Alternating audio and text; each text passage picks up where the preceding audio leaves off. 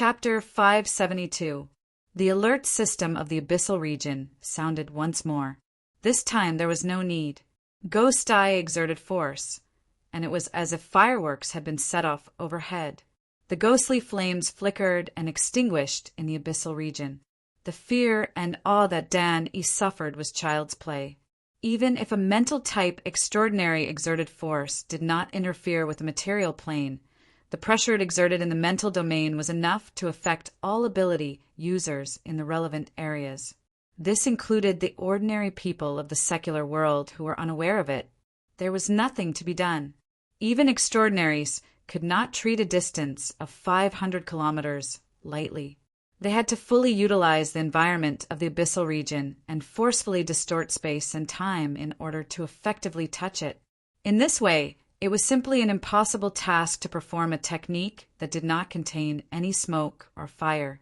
At least 100 million people in Xia City will have nightmares tonight. Gao Meng took out a paper talisman and twirled it between his fingers. Under normal circumstances, Xia City was guarded by two great extraordinaries. Ghost Eye's straightforward and direct attack would have pushed him back into the sea before he could even reach the shore. But Luo Nan had made a bet with someone else. Not to mention Ouyang Qin, even Her Majesty Empress, who had no reaction. Clearly, they had tacitly agreed. Oh, it wasn't just that. Ouyang Qin gave another order at this time. SVIP-09 model, preparing to detach. Execute in 30 seconds. Gao Meng crushed the paper talisman again. He didn't have the time to feel sorry for it. He went up and pressed down on Ouyang Qin's arm. "What are you doing? Why do you want it to detach?" Ouyang Qin answered, "It just so happens that Ghost Eye is about to enter the battlefield. Let him accept his defeat wholeheartedly." Gao Meng looked at the back of Ouyang Qin's head as if he was an idiot. "Did you take drugs?" Ouyang Qin turned his face and a smile blossomed. "What I mean is that the blood will ring has taken shape and can already operate independently. The support of the psychic wave network is meaningless." "Really?" "From beginning to end, it only needs a medium or springboard. Even without the psychic wave network, a simple amplification device is enough. This is its marvelous aspect. Also, the current flow of energy and information in the blood will ring is actually separated by the psychic wave network. Only by detaching the psychic wave network can it fuse into one." Gao Meng grunted in acknowledgement. He finally remembered that in class, many people didn't have enough ability and needed to use the psychic wave network as a support to form the structure of the blood will ring. But correspondingly, there were quite a number of people who didn't need such support. After the psychic wave network was opened, a portion of the people entered it, but there were also some who were too lazy to do so. Under such circumstances, it was a small miracle that the ring of blood could still operate without any problems. He did not ask any more technical questions. Instead, he fixed his gaze on Ouyang. "By the way, Ouyang, aren't you a little excited?" Otherwise, it was rare for him to be so proactive. Without waiting for Ouyang Qin's reply, the Abyss region's warning system had already displayed the latest detection results. Standard unit of force in Gully region. This was the power of the Ghost Eye suppression. Due to the complex calculation standards and different application methods, it was difficult to use secular standards to convert. However, Gao Meng knew that even if he exerted his full strength and used the most explosive means, the measured value would not exceed 3 standard units, and that was only the instantaneous limit. The Ghost Eye was able to maintain a value of over 10 even at a distance of 500 kilometers. This was an insurmountable gap in terms of level and realm. Its corresponding powerful force had the function of repelling all external imprints and power. Gao Meng's soul strength had only circled around the periphery of the Abyss region when he felt the chirping of ghosts seep into his soul. Half of his skull went cold. Motherf asterisk cur. He's playing for real. Ouyang Qin grunted. He's always been very serious. Gao Meng looked at the value on the other end. The spinning thousandths and the even more glaring 0 made the other half of his skull throb with pain. Luo Nen had already finished his third demonstration within the circular conference room. He didn't need to demonstrate anymore. There were 1,477 people in the conference room. There were already 1,469 people who had entered the force field of the Ring of Bloodwill. They revolved around the condensation ring and continued to use their consciousness. There were still 8 people left. Their abilities were lacking, and their attention had been broken by Ghost Eye and the chaotic battle online. In the end, they weren't able to catch the last bus. They had already been excluded. Luo Nen wasn't willing to let them disturb the state of the others, so he used hypnosis to knock them out and marked out their seat numbers. He turned his head to greet He Wayne, who was frowning in silence, and asked her to help handle the situation. He Wayne silently stood up. She gave him a rare glare and said in a low voice, "Don't get distracted." She informed the security team backstage as she spoke, ordering them to make preparations to deal with any accidents. Luo Nan smiled. His fingers streaked across Worker Zhai, who was next to He Wayne, the group of friends and relatives in the front row, and even the entire quiet conference room. As long as they don't get distracted, we'll win. Luo Nan had clearly forgotten at this time that there were still 30,000 people outside the conference room who had already entered the Ring of Bloodwill. They could see the situation on the stage through the live broadcast camera.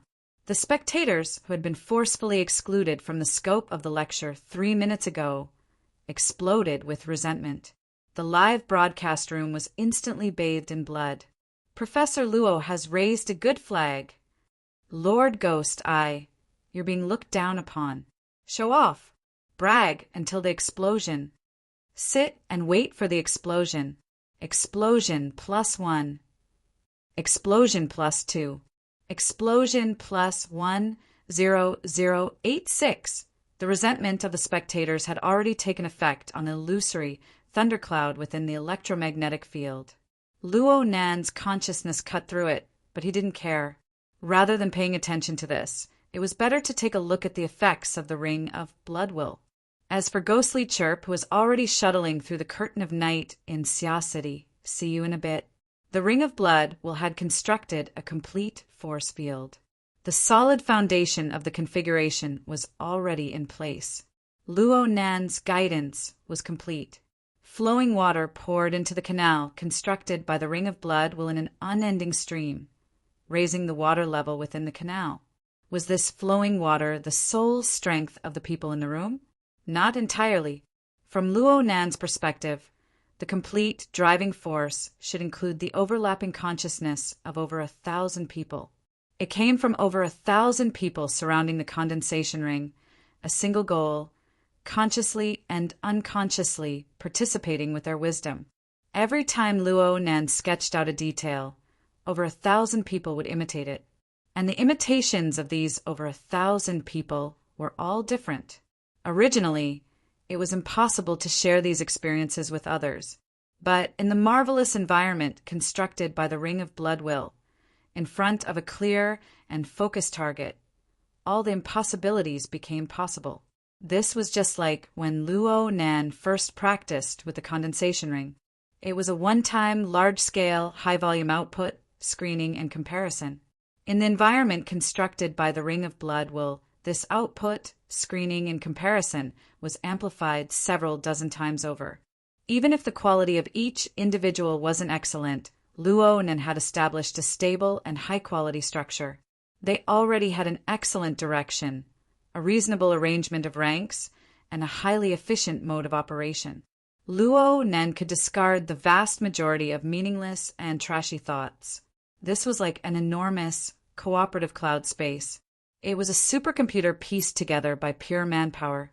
Luo Nan's consistent guidance over a long period of time finally allowed the group of 1,400 people to form a stable group consciousness. It was a structure that could efficiently utilize the latent potential within them. In a certain sense, people didn't lack power. They just lacked the understanding to properly apply power. When the consciousness of 1,000 people in the Ring of Blood will reach a consensus, the final bit of running-in work was completed. This result came from the hearts of everyone, but it also transcended everyone. They successfully constructed it out of nothingness. From nothing to something, from small to large, from fabricated to real. Perhaps it was still extremely weak in nature, in danger of collapse at any time. But this result was under the protection of the Ring of Bloodwill. It was within an incorporeal, yet spacious fortress. Oh right, I nearly forgot to tell you. The name of the Ring of Bloodwill in the virtual brain system was Fortress. Zhang-Ji was a bit absent-minded right now, but she also had some understanding. She had once been to the largest and only spaceport in the solar system, Ceres Base. That was the home port of the Space Defense Fleet. It was the largest man-made celestial body ever constructed in the history of humanity. The base could accommodate 20 different types of space shuttles at the same time. There were over 20,000 soldiers stationed there. When she stayed at Ceres Base and faced the vast and boundless universe, she could always feel her own weakness and insignificance. She was exceptionally moved and treasured it. Now, she felt like she was once again at Ceres Base, facing the dark sky that could devour souls. The man-made fortress was both majestic and small, but it was the source of confidence and the only thing she could rely on. The only difference was that she was no longer a tourist, but an indispensable member of the fortress. She had her own position and her own responsibilities. She was an indispensable part of the fortress operating system. It was at this moment, under the joint efforts of hundreds and thousands of comrades like her, that the cold and lifeless fortress was turned on one after another. The power source, transmission pipes, functional areas, and modules were brightly lit. The fortress came to life. It was like a living body. She could even feel the strong life energy flowing through the blood. She received this energy and injected her own strength into it, forming a perfect conduction that pushed it higher and higher. Finally, the pushing force passed a certain threshold, and the powerful pushing force acted on it. The current Zhang-Ji instantly returned.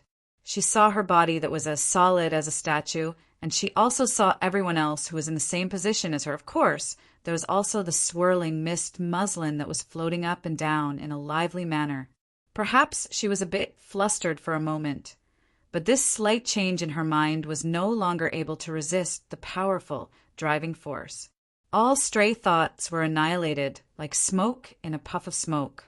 Only Luo Nan's clear instructions penetrated her heart and entered her brain, forming the only thing she could rely on. Chapter 573. Beep, beep, beep, beep.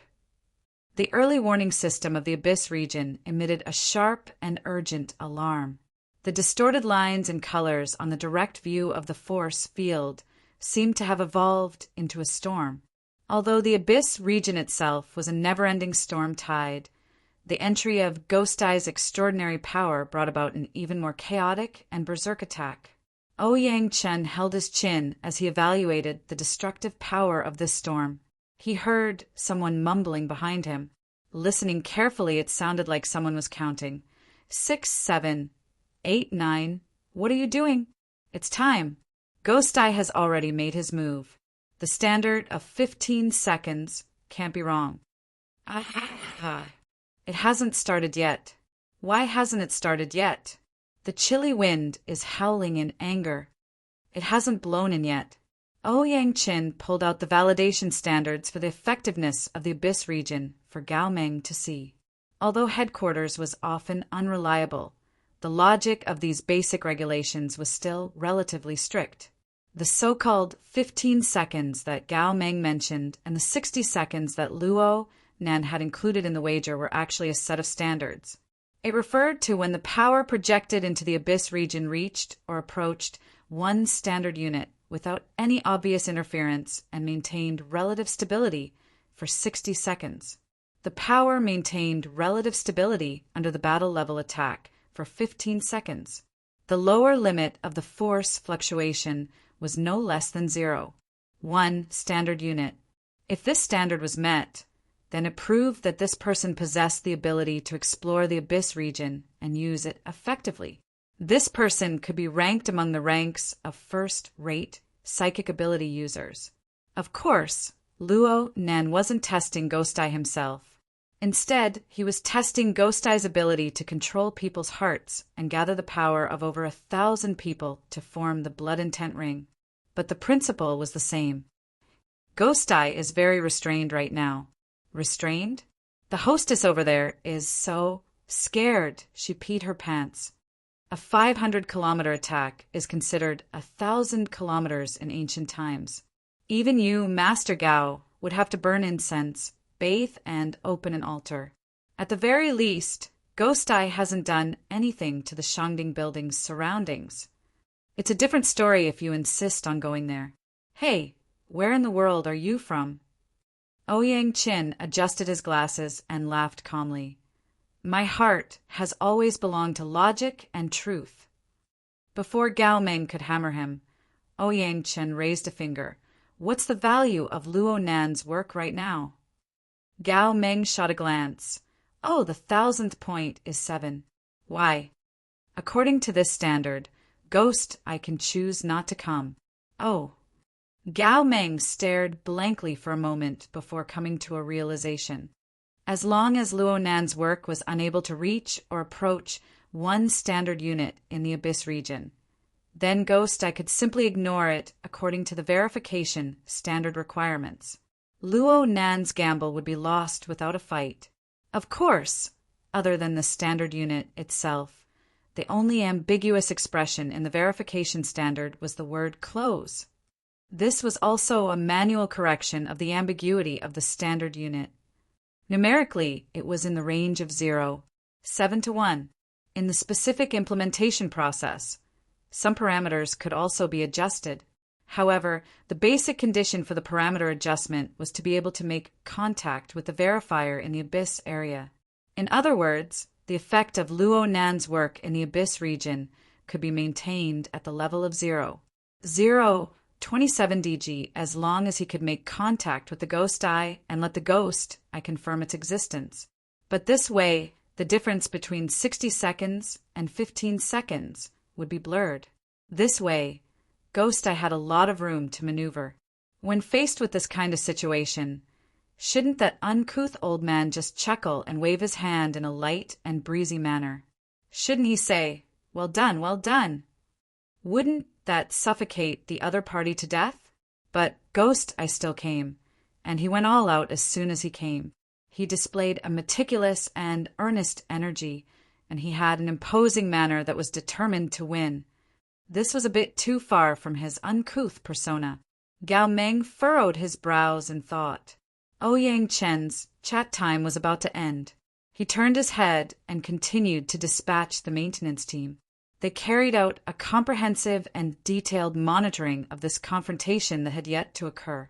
In the end, he said, in this gamble, the time standard is actually meaningless. Whether it's Luo Nan or Ghost Eye, they don't really want to win anything from each other. The so-called extraordinary photograph was just a joke. All they want is a verification. A verification of yes and no, yes and no. Does the blood intent ring exist? Even Gao Meng himself didn't believe these words. Does the new road sign exist? Does the new road sign exist? It was rare for Ouyang Qin to sigh with emotion. Gao Meng suddenly gave him a fierce shove from behind.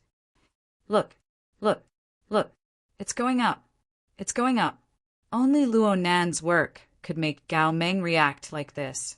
Right now, on the value, the 1,000th, which had been fluctuating all this time, showed no signs of stopping. However, the higher percentile began to change as well. It went from 2 to 3 to 4 to 5. It went up all the way. Just as Gao Meng's voice fell, the value of 10, which had been at 0 all this time, was finally replaced by a value of 1. The change in the value of 10 wasn't as frequent as the percentile and the 1,000th, but Gao Meng counted in his mind. He had just counted to 5, and the 1 had become a 2. Another 5, and the 2 had become a 3. In this way, every 5 digits represented an increase. In a short half a minute, the corresponding value had already risen to 0. 7:13, the momentum was strong and the increase was stable. It was simply like watching a third-rate stock market war drama. Gao Meng was still yelling, but he subconsciously pinched his throat, afraid that if he breathed too much, he would blow away this dreamlike scene. Do you have to be so awesome?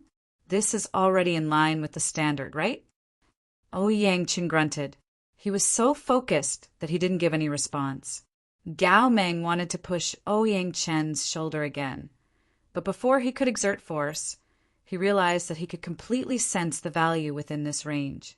His thoughts turned, and he thought of the shadow cast by Ghost Eye above the abyssal region. His palm shrunk slightly, and he pulled out a paper talisman. He immediately burned it, and his mind followed the curling green smoke to evaporate. Gao Meng felt his scalp go cold as soon as he emerged from the abyssal region. His heart sank. Admittedly, Ghost Eye had managed a great scene in the abyssal region under unrestricted circumstances. But in the surroundings, even in the deeper regions that he was powerless to explore, there existed a few faintly familiar intents. They used various methods to observe the current focal point. MMP. Gao Meng cursed. Forget about Her Majesty Empress Wu. But what's Tian Bang and the others doing? And there's also Mountain Lord and Star Shaman. They've been eating dust outside the city for quite a few days. They haven't been able to come in for a cup of tea. It's normal for them to be resentful. The two people Yang spoke of were the two extraordinaries in the outskirts of Xia City. Their purpose in coming was no different from Jin Tong, who had practically entered the gates of hell. Previously, Xia City had been sealed off at every level, not allowing ability users to enter. They were afraid of Yang and Her Majesty Empress Wu. They didn't want to immediately shed all pretenses of cordiality, so they didn't do anything. But now that Luo Nan and Ghost Eye were making a bet, Xia City had opened its mouth. They came in with a face full of saliva. This could be considered as hitting the edge. This isn't fair. Gao Meng fiercely hammered Chen's shoulder as if he was hammering the table in protest. You extraordinaries are playing basketball in the abyssal region. Have you ever thought about Luo Nan's feelings? Chen shrugged. Right now, the upward curve of the blood intent ring is clear. It doesn't show any signs of weakening. The construction of the laws should be extremely stable. Right now, it's in a high-speed growth period of the formation of the mark. How beautiful. Hey, this is a true architect of the abyssal region. He has constructed his own work in the abyssal region, piece after piece, layer after layer.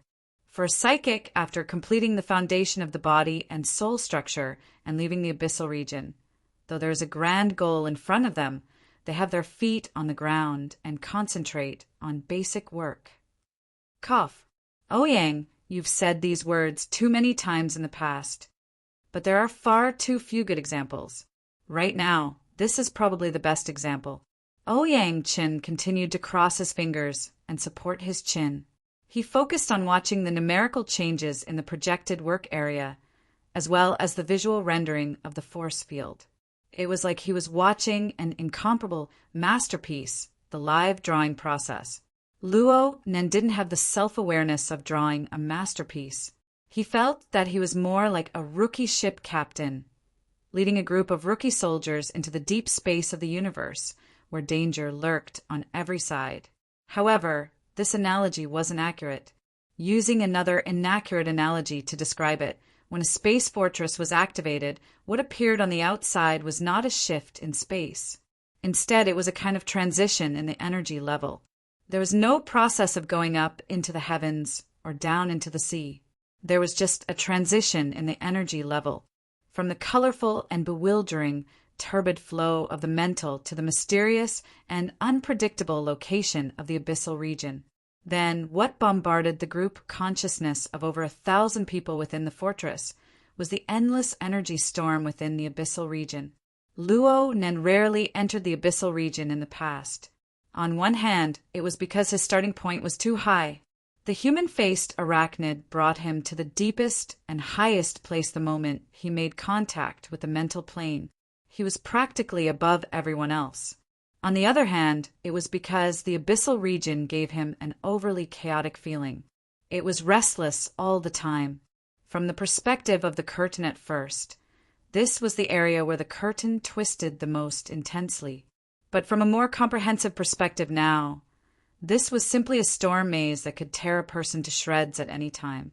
Luo Nan relied on pure observation to make a living in the past. He had nothing better to do, so he went here to torment himself. But as his understanding continued to deepen and his cultivation continued to grow, he came to a deeper understanding. Even though the abyssal region was chaotic, it also contained inconceivable resources. It was just like how the deep sea was dangerous, but it also contained rich mineral deposits. Even though the deep space was deathly still, it was filled with even purer energy. For ability users, especially mental ability users, the environment they normally lived in was 1 and 2 was 2. It was very difficult to create miracles, but the abyssal region was different.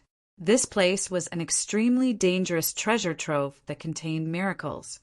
For the sake of improving their cultivation, increasing their realm, and accumulating capital, they thought of every method possible in hopes of breaking through the barrier of the mental plane. They entered this place and gambled with their lives. Chapter 574. The force field of the Ring of Blood will lingered in the abyss area, as weak as a sprout that had just broken through the soil. But things like sprouts were the toughest because there were spreading roots below it, constantly absorbing nutrients and supplying its needs. The interweaving of spiritual light and wisdom of thousands of people, as well as the infusing of life energy from time to time, was enough to last for a while under the premise that it was used effectively. Moreover, the external environment of this sprout was admittedly still a raging storm. But at the same time there was also a surge of energy that was as pure as sunlight. The method was a little violent, but it was good that he could absorb it. The structure of the Ring of Blood will ensure the basic efficiency of absorption and maintain the balance of the supply of nutrients from top to bottom. This process had already begun long before Luo Nan and Ghost Eye made their bet. It had already begun when the Ring of Blood Intent was first constructed. It was just that Luo Nan had been the one to protect and maintain it at the time. It couldn't be considered self-sufficient. Only when the 1,469 people entered the circular conference room and became the recruits that supported the operation of the fortress did this sprout truly take shape. And under Luo Nan's clear goals and strategies, the sprout wasn't prepared to immediately become a towering tree after it took shape. It just built a foundation bit by bit, strengthened its roots, and used a steady and conservative method to gradually deepen its imprint in the abyssal region, expanding its domain. In this way, no matter how much the storm in the abyss region raged, it could no longer be destroyed under normal conditions. A simple and clear mark was engraved on it and gradually deepened. Unfortunately, within the space fortress that Luo Nan commanded and controlled, the only one who could truly experience the beauty of this balance of violence and gentleness was him, the captain. The remaining rookies did not have the ability to pull their consciousness out of the cloud space formed by the Ring of Blood and Will. They still needed to familiarize themselves with the new environment, the new pressure, and the new functional conditions. Luo Nan was responsible for giving them directions and cutting down some unnecessary branches. Oh, forgive him for coming to a conclusion a little too soon. Inside the force field of the Ring of Blood Will, a few hazy consciousnesses were like early maturing silkworms, nurturing or awakening spiritual lights in the chaos. Even if it hadn't broken out of its chrysalis and become a butterfly, it would only be a matter of a few rounds of stimulation. Which of them had extraordinary aptitudes? Or was it because of the Ring of Blood Will? Or could it be that he, as a teacher who was forcing a duck onto a perch, had an outstanding teaching effect? Luo Nan walked a few steps on the podium before suddenly laughing out loud. Just as his smile blossomed, the airflow outside the building suddenly became intense. Together with tiny water droplets, they hit the windows and the walls, forming a restless note. It was as if a ghost hiding in the night was pounding on the door. Now that the demon eye had arrived, the storm in the real world was only a greeting. The energy flow in the abyss region instantly became 10 times more restless. This was the prelude to the true attack. An extraordinary might not be able to do as he pleased in the abyss region, but his attack power against specific areas and targets was absolutely formidable. For example, Ghost Eye's attack was only aimed at the force field of the Ring of Blood in the abyss region. The job of destroying the tender sprouts? Obviously not. As an experienced transcendent, Ghost Eye's methods were both experienced and direct. As the energy flow of the abyss region bombarded the force field of the Ring of Blood, there was an even more incorporeal yet profound power. It was like a chilly wind blowing from a crack. It penetrated in from every direction, every angle, and every level in an attempt to directly attack the roots. According to Luo Nan's cage theory, Ghost Eye was using the power of the abyss region to invade the space of consciousness of Luo, Nan, and the others. He was taking advantage of the situation to break through the barrier between the mental and material planes, digging the soil and digging the roots. This was an open and above-board attack without holding anything back. It was undoubtedly a method of the extraordinary level. However, Ghost Eye's methods were ultimately unable to touch the upper limits of the Ring of Blood Will's defensive power. From Luo Nan's perspective, the node of the fusion of the two rings had already taken shape within the mental deep space. It was constantly perfecting itself under the new environment, under the self-conscious correction of the cloud space. In contrast, Ghost Eye's extraordinary power was already an arrow at the end of its flight after crossing 500 kilometers. The projection of the node above the open sea had already shown clear deformations.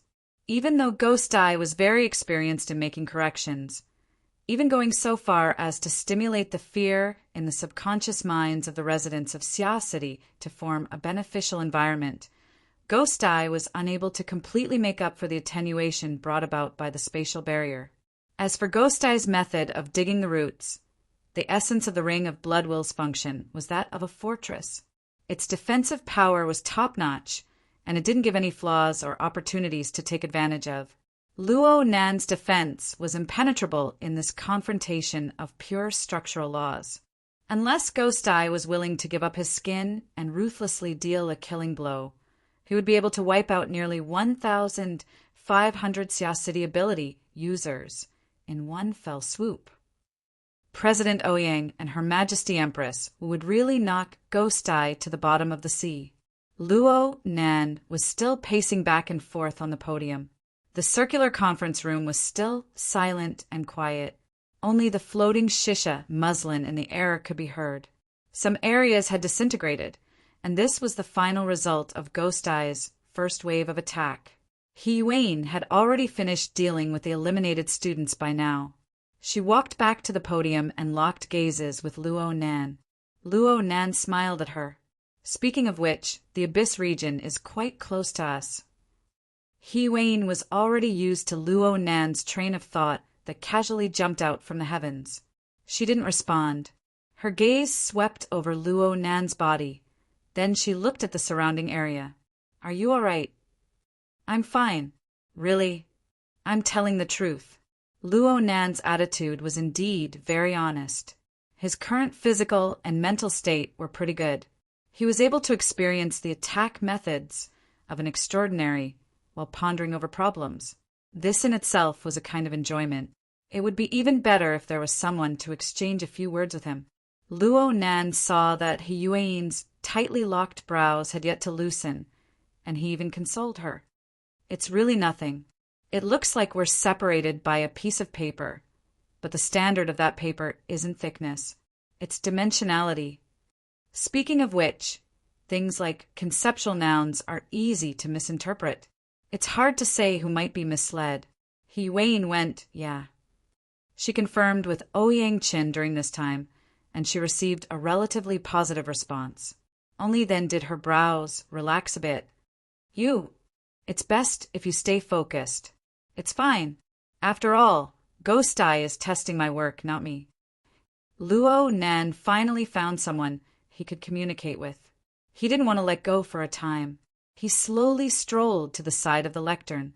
He propped himself up with one hand and assumed a more comfortable posture. He complained in a chatty manner.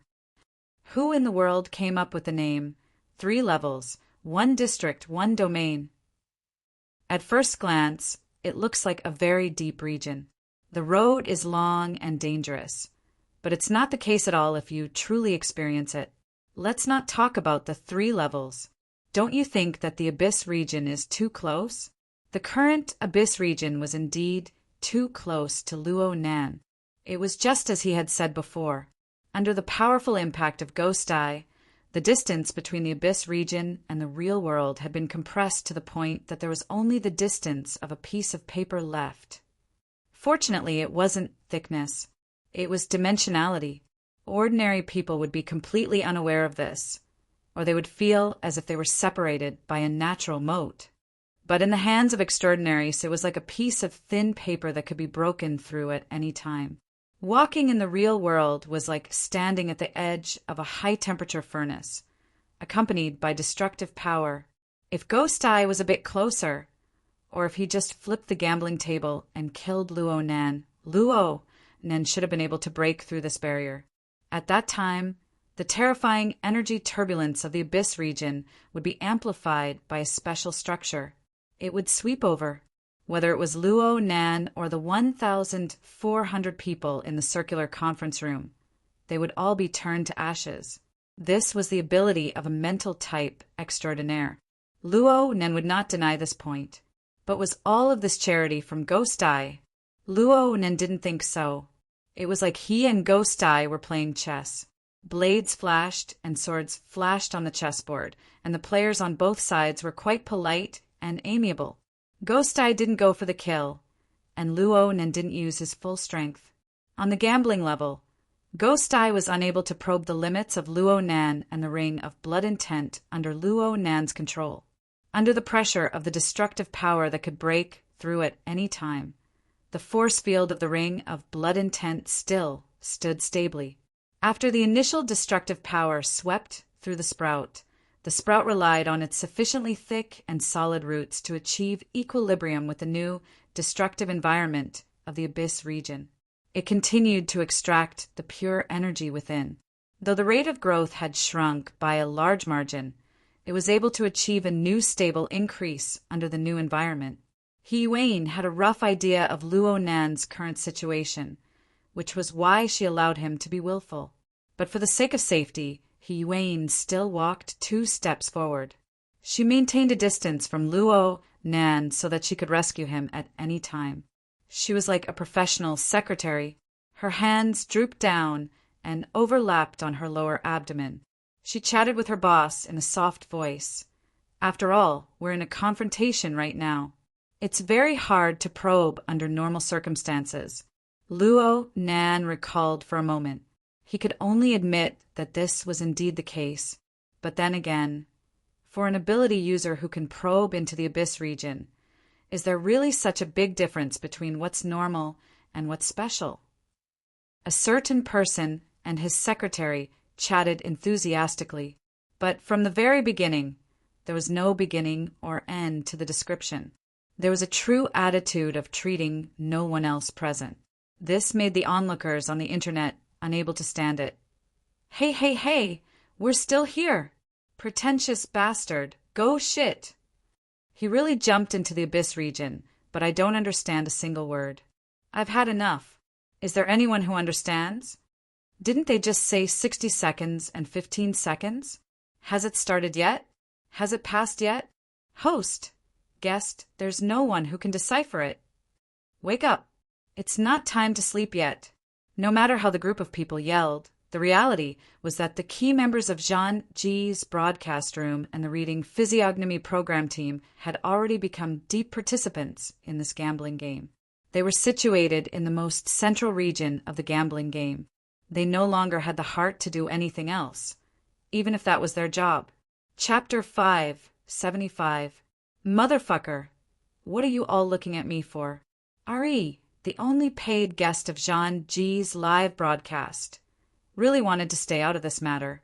However, the continuous changes in the situation had already caused him to subtly separate from his peers, making him even more eye-catching. As the only live broadcast guest who could interact with the spectators in real time, he didn't even have the time to rejoice that he had escaped a fatal gamble. He had unavoidably become the target of the focus fire. "God, Ari, can you explain?" This was a rather polite question. "Hey, it's not good to take money and be in a daze, right?" This was a rather harsh question. "Mr. Honey Pot Mommy's boy, what else can you do besides spitting trash talk? If you have the money to raise a little Pekingese, you should at least be loud enough." This was a vendetta. When Ari accepted the position of guest, he never thought that he would end up being cut apart by the host, the other guests, and even the guests of the other programs. The déjà vu of a little transparent creature hiding in a corner and barking suddenly became very intense. He really wanted to say something that would shock everyone. He wanted to insult Luo Nen once more.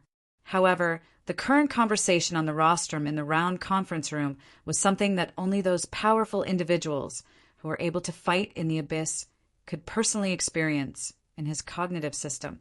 Of course, he could explain, but wouldn't that be the same as licking Luo Nan's stinky feet? Then he really wouldn't release a little Pekingese. Bah! Right at this moment, a clanging sound suddenly rang out from his room. As a B-rank psychic, Ari didn't need to turn his head to know that it was the sound of the curtains that weren't closed properly. The passing hurricane had blown them up, knocking over the furnishings in the living room. Zhanji was located in the middle of the Pacific Ocean. It was surrounded on all sides by the sea, so there was a lot of rain. After the Third World War, the global climate changed, and a few other factors made the situation more common and more intense. Ari could have ignored it, but he just happened to need a reason to buffer himself from the awkward situation on the internet. Cough. "It's raining heavily outside. I'm going to close the window." As he spoke, he forced himself to ignore the comments in the live broadcast room and the forum. He got up and left the range of the camera. After leaving the area, Ari immediately felt his body relax. The cold sweat that he forcibly held back just now poured out. But the problem was, what about after closing the window? What should he do next? Was there a power outage? Before he could think of a way to get out of this predicament, his sensitive mind already knew that the man with the spray bottle was up to something again in the round conference room shown by the live broadcast. Probably because he had been oppressed by the energy turbulence in the abyss and felt a little uncomfortable. That guy played a new trick. He used the condensation ring formed by the thousands of participants he hypnotized to infiltrate the conference room and even outside the Shangding building. All right, this wasn't some sort of trick, but rather an extremely exquisite operation. It was similar to replacing a peach tree with a peach tree, but it was also like defending against an enemy outside of the country. The impact of Ghost Eye's crushing force was transferred to the thin veil of water mist. There was an additional buffer zone, and there was also too much space for subsequent operations. Ari was in the living room, staring blankly at the curtains that were fluttering in the wind. She was not in the mood to clean up the messy living room. In fact, this kind of thing was naturally handled by the AI butler. It was not up to him. His body was idle, but his mind was in a mess. Ari was also a grade B expert and had a good teacher. Her cultivation and knowledge were not ordinary. Of course, she knew that this move of Luo Nan's looked simple and clear logically, but in reality it was very difficult. When she was in a good state, she was also able to stay and cultivate in the abyss. But when it came to actual combat, it was already quite good to be able to hold on for 60 seconds of eruption. And in these 60 seconds, she could only go straight against Ghost Eye. It was impossible to be like Luo Nan, to be in a deadlock with Ghost Eye, or even to create changes during this time. This move of Luo Nan's already involved the effective use of the environment in the abyss. According to Gong Chi's words, this could not be done without the power of a domain. Domain? Ari was more and more afraid to return to the live broadcast room. There was only one thought left in her absent-minded mind. What else can Luo Nen do? What else can I do? Luo Nen also had this question in his heart. The game with Ghost Eye in the Abyss concerned the outcome of the bet, but it was not within the scope of his concern. In fact, whether it was the standard verification of 60 seconds or 15 seconds, he had already passed long ago. The reason why the two sides were still confronting each other in the abyss wasn't because Ghost Eye was thick-skinned. It was because Luo Nan was shameless. As mentioned before, it was really rare to have such a high-level, capable, and proper sparring partner. Ever since Ghost Eye's long-range attack across space, various magical abilities and methods were equivalent to the basic attack patterns of extraordinaries in the abyss. One by one, they appeared before Luo Nan's eyes. The truth was quite consistent with Luo Nan's expectations. Luo Nan was no longer a rookie who had just stepped into the inner world. Even though it had been less than 3 months at most, the high-level battles he had experienced during this time had already surpassed the sum total of many ability users in their entire lives. The logic world of Frost River Reality, the planar crossbow of Ku Wang's communication, and the direct assassination of Jin Tong in the Outer Sea. There were as many as 3 confrontations that extraordinaries had directly participated in. In particular, he himself was sinking deeper and deeper. Whether active or passive, he had accumulated a wealth of precious experience. He had a clear reference. In addition, he could see the entire picture of the abyss and the polar regions. He could also see the rules of the twisting curtains. He could see not only the scenery, but also the skill. Several reasons were stacked together. When Ghost Eye made his move, Luo Nen immediately found a reference in his memories. He sorted out the corresponding rules and verified the thoughts in his heart. Sure enough, whether it was President Ouyang's logic world, Luo Yuan's planar crossbow, or Ghost Eye's long-range attack, they were all essentially the same. They all used special formats to interfere with special environments to form special scenes. The only difference was the degree of completion. The logic world had the highest degree of completion. Its laws were strict. The planar crossbow's interference power was extremely strong. It was the most lethal. As for Ghost Eye, he was the most casual in comparison. He had more or less stripped away the material plane of the energy transportation environment. He had only set up a basic structure in the abyss, but he had fully utilized the particularity of the abyss to make his attacks simpler and more direct. Well, the abyss was a place that could not be ignored in the end. Right now, it seemed that the 3rd floor was no more than a prison. Though the polar regions were good, they were still a bit too far from the real plane. Only the abyss, this wondrous dimension, could accomplish many things.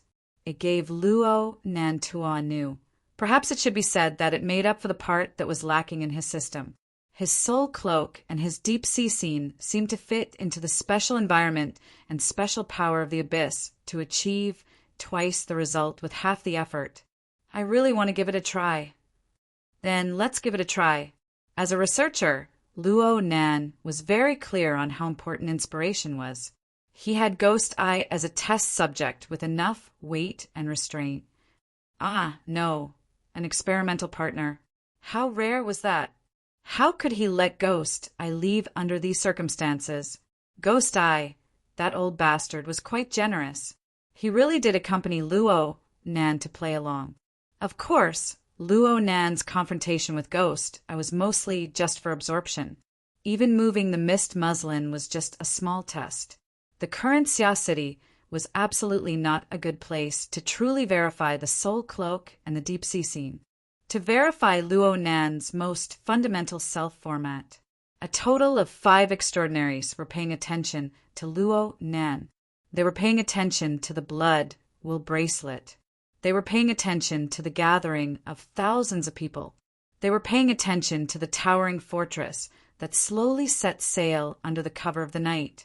Every detail of the changes inside and outside of the fortress was brought under a magnifying glass for analysis. Not a single detail could be hidden from people.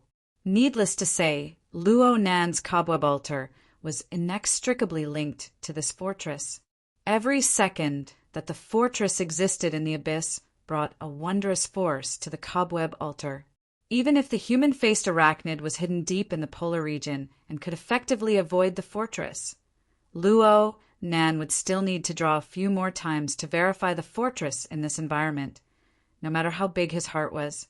The Xia City region was not a place for experimentation, no matter what. Luo Nan could only shift his thoughts outwards. In any case, the range of his soul cloak had already expanded by several thousand kilometers in the past week. He could not do it in Xia City, but he could do it in the boundless wastelands and the ocean. Luo Nan would not let go of this learning and verification process. He slowly exhaled. His mind underwent the arrangement of the overall planning technique, cleverly dividing it into 2 sets of staggered mission sequences. One was in Xia City, absorbing nourishment like a thirst. The other was in the distant Pacific Ocean, learning and practicing on the spot. He was a beginner. There were successes and failures, but his capital was robust. His train of thought was correct. Luo Nan could afford to wait. He could afford to play. He could afford to train. He could afford to do several rounds of verification. Even though his mental exhaustion was quite large, he still gradually brought out the rules and regulations. He had not spoken for several minutes already. The tens of thousands of spectators, including He Yuan at his side, all thought that he was doing his best to fight Ghost Eye in the abyss. They were completely unaware that half of his energy had already been divided 7,000 kilometers away. He was tossing and turning in the Pacific Ocean where mutants wreaked havoc. Luo Nan could not avoid adapting to this marvelous method of use while he was verifying and practicing. Unlike the monotonous cloud world where reality and illusion were indistinguishable, Luo Nan's consciousness wandered the earth. The first thing he sensed was a natural scene that was much more colorful. Other things aside, he sensed the state of light and darkness in different time zones at the same time. He was presented with an inconceivable macroscopic perspective. In this moment, it was as if he was stroking the soft and bumpy surface of the ocean and the earth. He was swimming freely within the uneven thickness of the clouds. He was feeling the high-speed rotation of the planet within the void of the universe. It was under the touch of such a marvelous scene that Luo Nan's sense of space had a marvelous distortion. A subtle change occurred in his observation of the real world. Luo Nan didn't know when it happened, but he suddenly felt a bit absent-minded. An inexplicable thought was born, and it quickly magnified. Where am I? What kind of perspective am I using to observe this world, this planet, this universe? When doubts were about to fill his entire train of thought, the seed of an answer that had long been buried deep in his heart broke out from the ground. 3 long lines shot out together. They pierced through the boundless, penetrated the dim and bright, and penetrated the existent and the non-existent. They constructed a classical Cartesian coordinate system, locking Luo Nan himself at the origin. He was at a loss. He was cold. He was here, but he had nowhere to rely on. It was as if he was isolated from the world. From Luo Nan's perspective, the answer was not surprising. It was merely a single me. Aside from this, all thoughts and distractions were discarded. They were discarded like worn-out shoes. And it was precisely after he clarified this fundamental principle that a marvelous curve suddenly appeared in the world within Luo Nan's eyes. Chapter 576.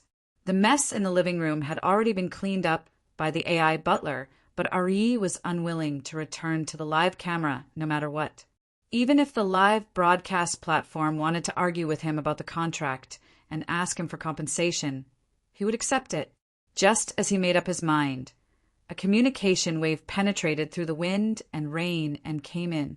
The one contacting him was the young man that his teacher, Gong Qi, had been nurturing for the past few years, Yuan Fei.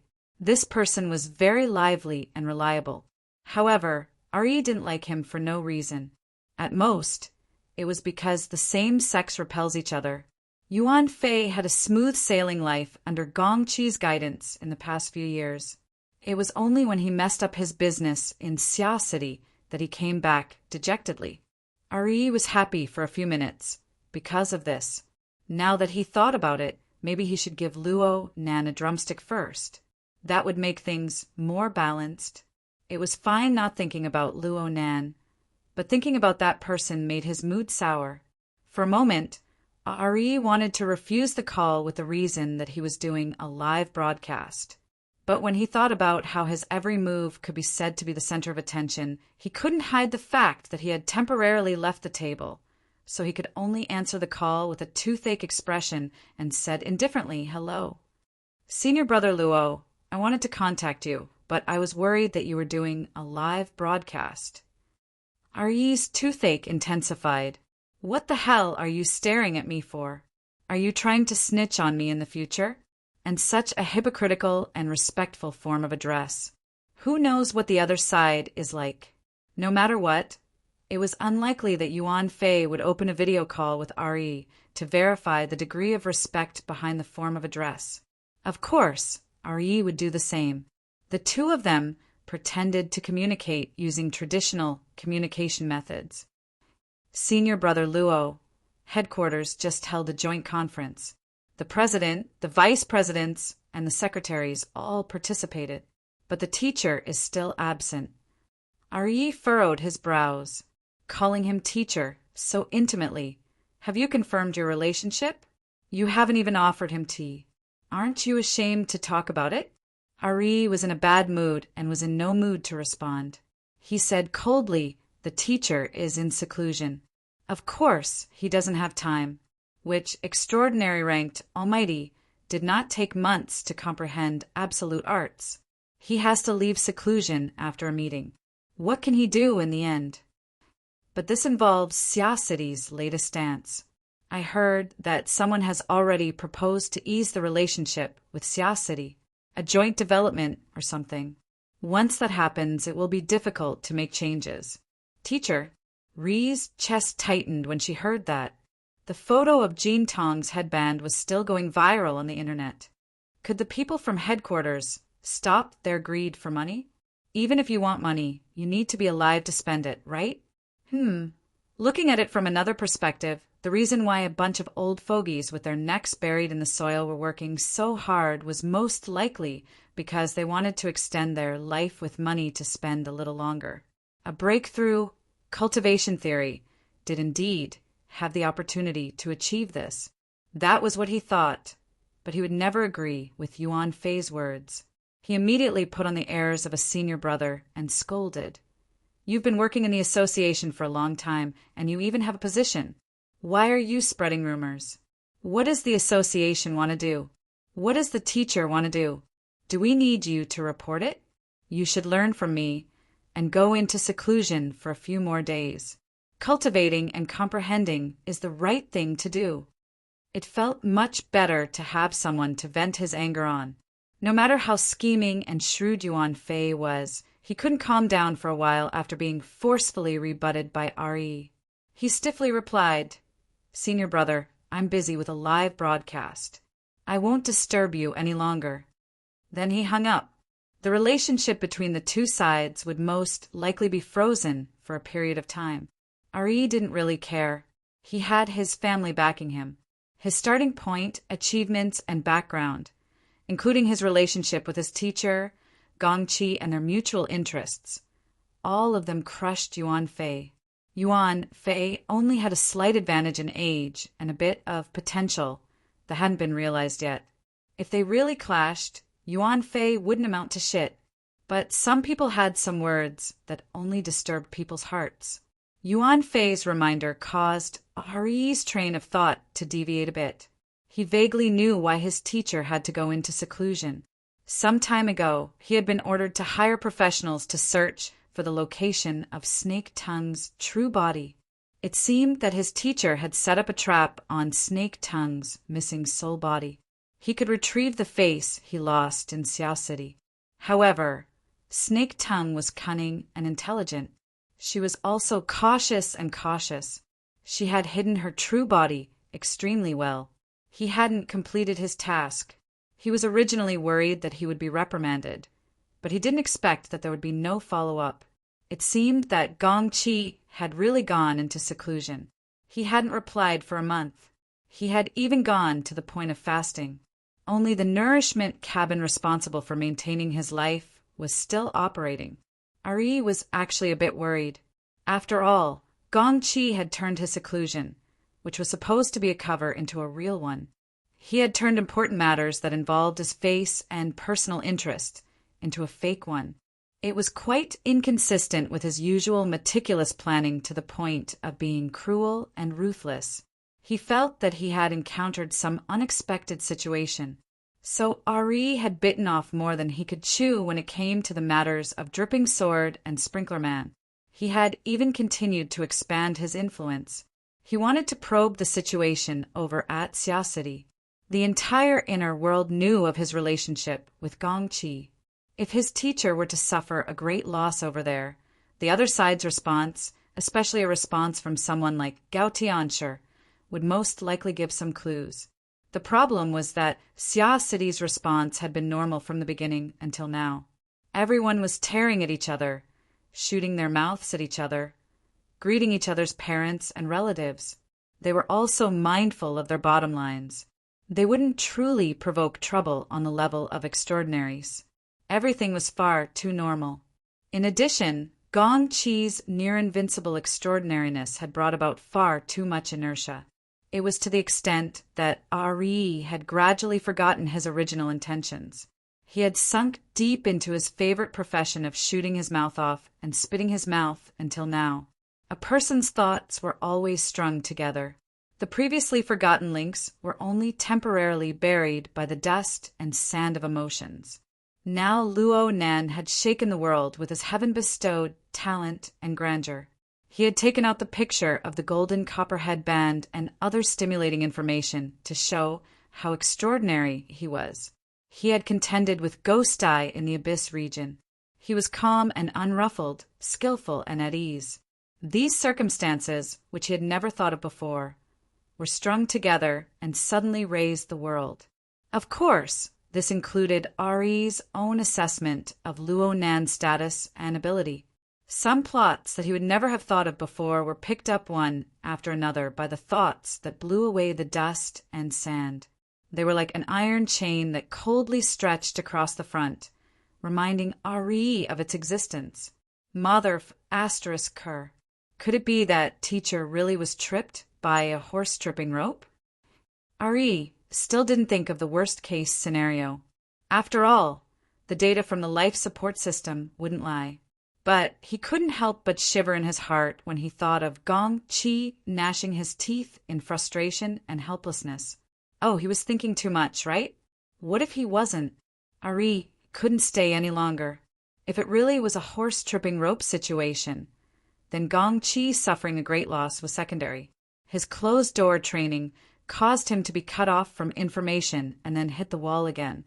The consequences were truly unbearable. Gong Chi couldn't bear it. He and his family couldn't bear it either. The more he thought about it, the more he felt uncomfortable. Ari subconsciously reached out his hand and touched the emergency communication device he carried with him.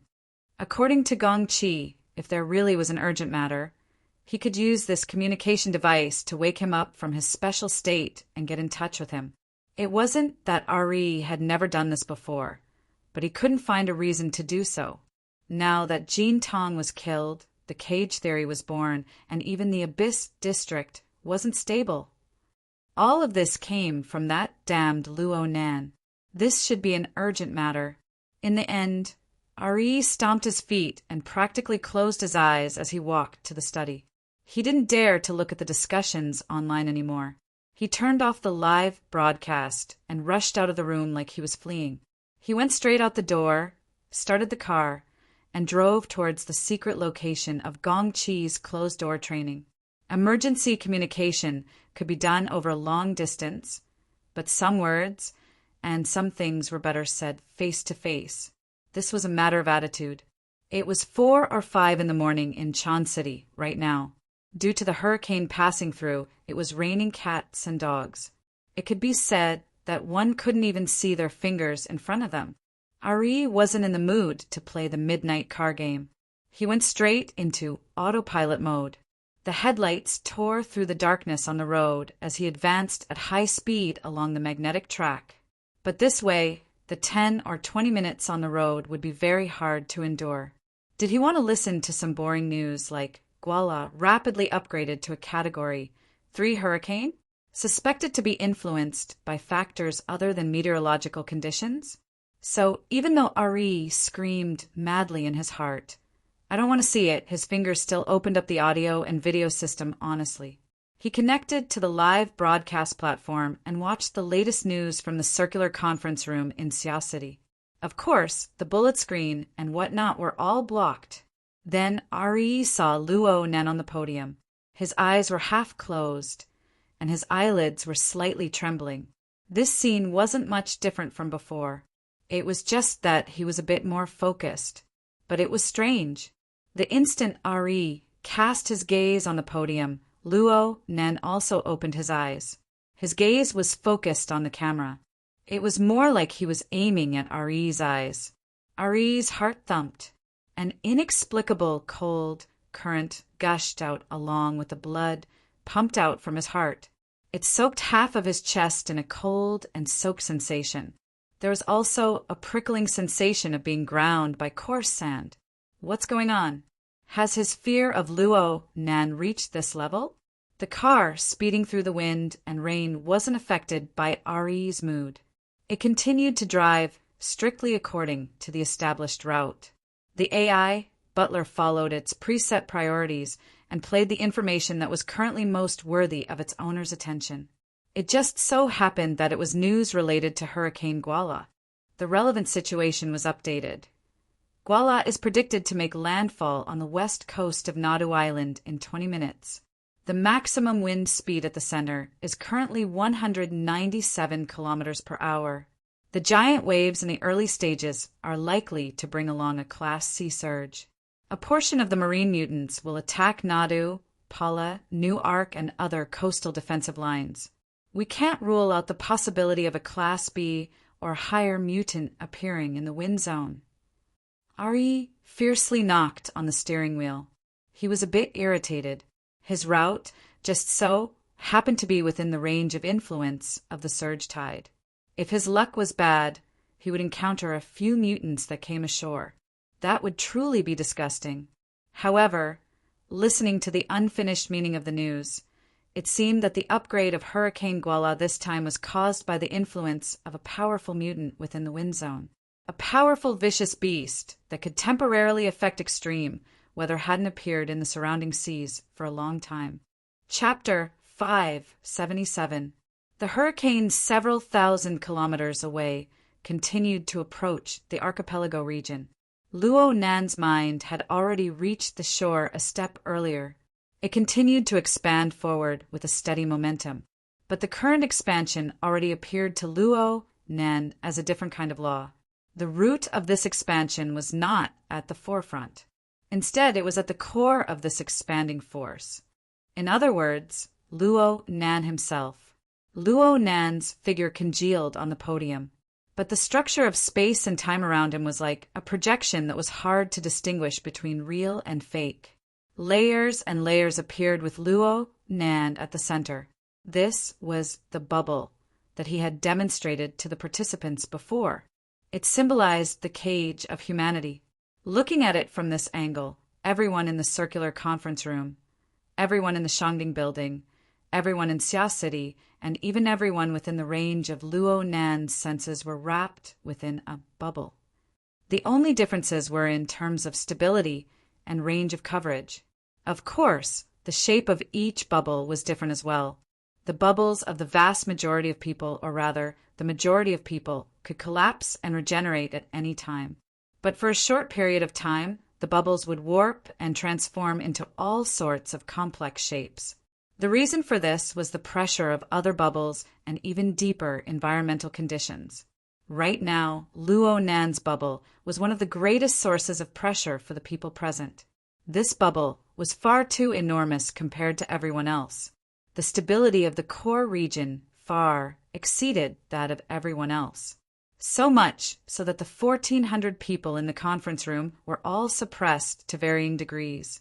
And under the effect of the group consciousness that had already been finalized, certain aspects converged to form the force field of the ring of blood and will together. But this did not mean that Luo Nan's own bubble could do as it pleased, not to mention the powerful pressure from the 5 extraordinaries around him, the seemingly ordinary things around him.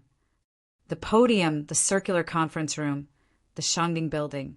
Everything he sensed on the plane of reality was simply a part of an incomparably enormous bubble. That incomparably enormous bubble was the environment of this world. It was the embodiment of space-time power that leaned more towards the material plane. Luo Nen faintly sensed the indescribably complex curvature of this space-time. In other words, it was tantamount to feeling the tiny traces of the boundless universe added to this place. Such a realization was undoubtedly the manifestation of his observational ability advancing a step further. It was in this context that new discoveries inevitably arrived. Luo Nen noticed that there were a few areas worthy of special attention on the complex, curved surface of spacetime. The magnitude of the impact was not something that could be caused by any small bubble. Furthermore, there was a relatively fleeting point behind a certain massively warped region. It was similar to the basketball team of extraordinaries that hovered in the night sky of Xia City. From behind the warped and deformed structure, it radiated powerful stimulative information that made him unhappy. It was almost certain that this was a transcendent. Luo Nan's soul cloak covered an enormous area of effect, but it wasn't strange at all, because part of it was based on the condensation ring. According to the different activity levels of water molecules, the progress in the ocean was faster, and the progress in the inland was slower. However, it almost covered the entire East Asian continent and half of the Pacific Ocean. It was just that Luo Nen knew that he was unable to handle the enormous amount of information within. He didn't investigate, didn't notice, and didn't do anything. He just maintained a normal state of attention towards a few sensitive areas. In such a vast area, no matter how rare extraordinaries were, it was still possible to encounter a few. But the problem was that the distance of this stimulation point was too close. Luo Nan's first reaction was that it was within the range of Xia City, but that wasn't right. The fuzzy judgment of being very far yet very close was truly nauseating. Luo Nen had no choice but to split a portion of his mind to pay attention to this point. After a few consecutive rounds of stimulation, he filled in more and more sensory information in an attempt to restore the information. As the constructed information became more and more complete, there was a sudden jolt. All sorts of one-sided information instantly combined in front of the answer that already existed, returning to their respective positions.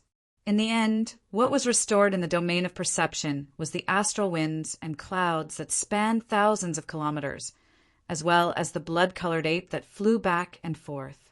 The cloud world. So naturally, the target that gave him negative stimulation also appeared. Gongqi, this deputy secretary-general of the society, who had fallen into the clouds, was undoubtedly a psychic extraordinaire. He was a powerful person that stood at the apex of the inner world. Gongqi floated within the astral winds of the clouds.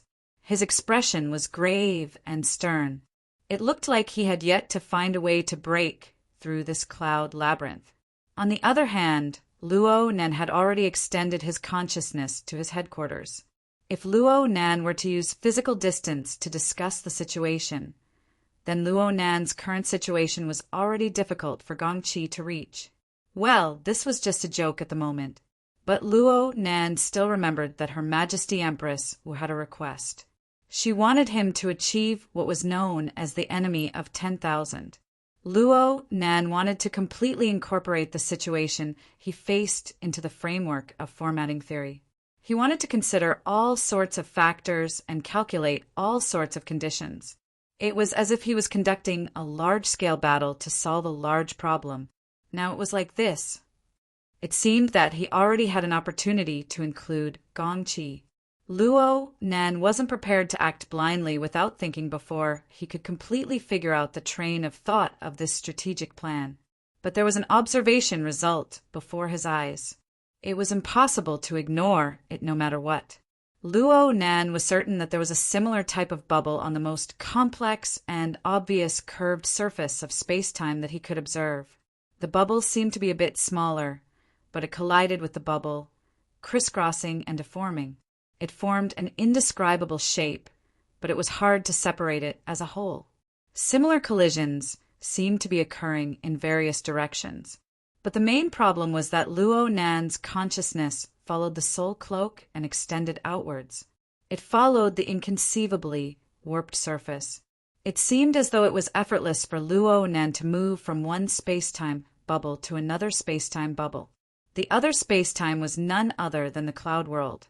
Luo Nan's consciousness didn't go through the void corridor structure designed by his mother. He actually leaped over the barrier of space-time and entered that marvelous world. Luo Nan was a bit stupefied. He couldn't help but consider, was the warped scene he saw before him real? Was it normal and stable? What sort of meaning did it represent? There was some logic that could be deduced behind the newest observation result. It couldn't be ignored. It could be seen that, on one hand, the atmospheric bubble contained the small bubbles. It delineated the rules and laws of existence, forming a livable environment. But on the other hand, the atmospheric bubble suppressed the small bubbles. The small bubbles also affected the atmospheric bubble. The small bubbles also pushed and warped against each other. From beginning to end, a kind of repulsive force was manifested. This was the relationship between the I and the not me that Luo Nan spoke of earlier. And this relationship could still be established by expanding outwards from a sociological perspective. It was like anchored a new argument for his grandfather's theory of the triple format of self, society, and heaven and earth. Luo Nan had yet to completely straighten out the logical relationship within, but he received this new level of information. The depth of his understanding of the range covered by the soul cloak increased by a large margin. Correspondingly, the amount of information contained instantly increased by several times. No, at the very least by several tens or even hundreds of times. Luo Nan lacked an accurate estimate of this. He still followed the established model and perceptual precision to analyze the situation of the relevant region, especially the problems related to the cloud world and the palace enlightenment. An enormous flow of information squeezed in the next instant. It nearly stuffed his brain to the point of bursting. It was as if a nuclear bomb had exploded in Luo Nan's brain. The physiological fusing mechanism was forcefully activated. For 2 seconds, his mind was practically blank. His reaction to the outside world had already come to a complete standstill. It must be known that aside from clairvoyance around the Chan City archipelago, he was also fighting against Ghost Eye in the Abyss region. The pressure was already quite great. If not for the fact that the force field of the Ring of Blood Will had stabilized, and the few consciousnesses within the force field had been stimulated to enter a semi-awakened state, it would have been equivalent to having a few more maintenance personnel. Otherwise, the space bastion might have exploded on the spot. No matter how big Luo Nan's heart was, he was shocked into a cold sweat upon encountering this sort of situation. Ghost Eye was quite astute. He sensed a large fluctuation in the defenses of the blood intent ring and immediately pulled back. He took advantage of the situation to end this confrontation, which no longer had any significance of verification. 500 kilometers away, Ghost Eye let out a breath of relief.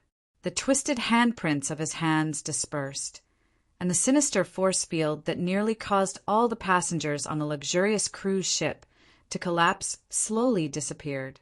At this time, if the beautiful host, Den Yi, could ask, "Mr. Ghost Eye, how did your bet go?" then the program would be considered complete. But the problem was that he was able to sit steadily in her chair. Her body and consciousness were completely stiff. Though it wasn't as exaggerated as a certain person's claim that she was scared to the point of pissing herself, it was really difficult for her to continue hosting the program. Therefore, the audience of the inner world could only stare blankly as Ghost Eye slowly withdrew his power. He muttered to himself and put on a face that was neither happy nor angry to entice the imagination of everyone. Ari, who was currently cruising in the wind and rain, couldn't help but fantasize about whether or not Ghost Eye had given Luo Nan a sneak attack and left a fatal hidden wound or something. There seemed to be some problems with Luo Nan's state in the last few seconds. The red and white color of the blood on his face was extremely obvious. Before Ari could finish her thoughts, the car had already taken a detour from the coastal highway and entered a short distance undersea tunnel that required an extremely high level of authority. This tunnel had undergone a special design. It used expensive special glass as its main body, achieving the effects of a single mirror and limited invisibility. Looking out from the inside of the tunnel, one could directly see the gloomy undersea world around the island. Looking in from the outside, one could only see a turbid turbulence. There were no traces of artificial construction. After passing through this tunnel, one would arrive at a group of small, uninhabited islands and reefs that headquarters had specially opened up for closed-door cultivation. This was the legacy left behind by the eruption of a local volcano during the Third World War. Though the geological environment wasn't stable, it was extremely suitable for ability users of higher realms to cultivate and comprehend. It was said that it would yield twice the result with half the effort. Chapter 578. Even if Ari was a grade B powerhouse, she still felt awkward and depressed that she was asking for trouble in such a hurricane, especially during the tide rush period. For a second or two, he almost wanted to turn around and go back. But when she saw Luo Nan's clearly childish face within the video system, Luo Nan's face was calm and unperturbed. The blood pumped out of his heart was mixed with stimulating toxins. She no longer considered the possibility of giving up halfway. Ari slapped the steering wheel heavily and got off the car. He registered with the security personnel in this area and asked for a raincoat that was better than nothing. Then he was about to rush into the curtain of rain, but the security captain called out to him at this time. This experienced B-rank person said very seriously, "Old he, right now Volcano Island has a guest staying for cultivation. Don't misunderstand if you encounter him." Ari did not find it strange that a guest was stationed here. Since the cultivation effects of this small island were extremely good, many ability users were willing to pay a high price to rent the seclusion rooms of the upper echelons of the society to conduct critical cultivation. The society had specially arranged for a few similar areas to be rented out. Not only could they amass wealth, but they could also exchange resources with other people or powers. He went, "Oh." Then he asked in passing, "Which side is it?" "A certain upper echelon of the Order of Justice." "I'm not too sure about the specifics." "The Order of Justice." Ari was startled. He thought to himself that this was the biggest joke in the world. Who didn't know that the Order of Justice's scales of truth was a first-rate treasure that aided in cultivation? Why would they need to ask the society for help if they had this sort of supreme-grade, sacrificial artifact that could suppress the destiny of the Order? Could it be that they were secretly involved in some shady business? Ari's mind spun a few times, but he could not figure it out. He just responded, put on the raincoat, and walked outside. He passed by his own flying car and subconsciously glanced inside. He saw the video system that had just been turned off not too long ago. A flash of inspiration suddenly flashed through his mind. At the same time, Luo Nan's excessively young face flashed through his mind. A thought suddenly turned through his mind. Speaking of which, wasn't it because of the Order of Justice that headquarters became enemies with the Xia City branch and provoked Luo Nan? He had once heard Gong Chi talk about the deeper reason behind this. Wonderful. Ari only hesitated beside the car for 2 seconds before she tore off her raincoat and got back into the car. She clenched her teeth and entered the live stream platform again. She then turned on the cooperative live stream mode and bullet comments. Due to his arrival, the live stream inevitably received a huge amount of mockery. Ari turned a blind eye to it, or perhaps he had fully absorbed the deep malice and triggered the same emotions in his heart. He faced the 30,000 viewers, twitched his lips and sneered, "Congratulations to everyone for witnessing a miracle." A 16-year-old kid who entered the inner world for less than 3 months had an extremely exciting and prolonged confrontation with a veteran extraordinary who has been at the peak for 30 years.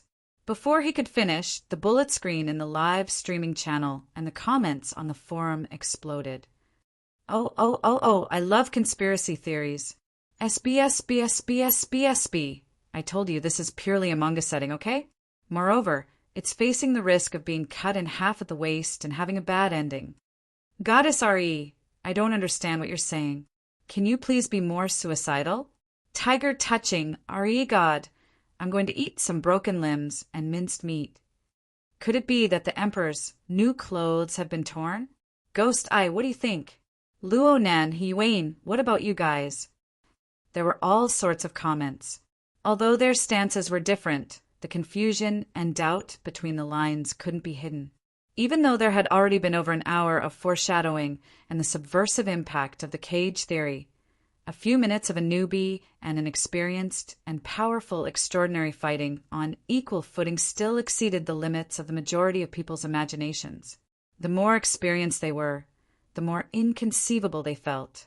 This was the first time RE's words had touched the hearts of the majority of people ever since she became a guest on a live stream. She had touched the extremely sensitive chord in people's hearts. RE paid no attention to the layer upon layer of bullet screens. She just twisted the corner of her lips and continued to sneer. I'm not doubting Senior Ghost Eye's verification process. No matter how much Senior Ghost Eye doesn't bother with trifles, he still possesses the style that an extraordinary should have. It's impossible for him to put effort into a lie that can be easily seen through.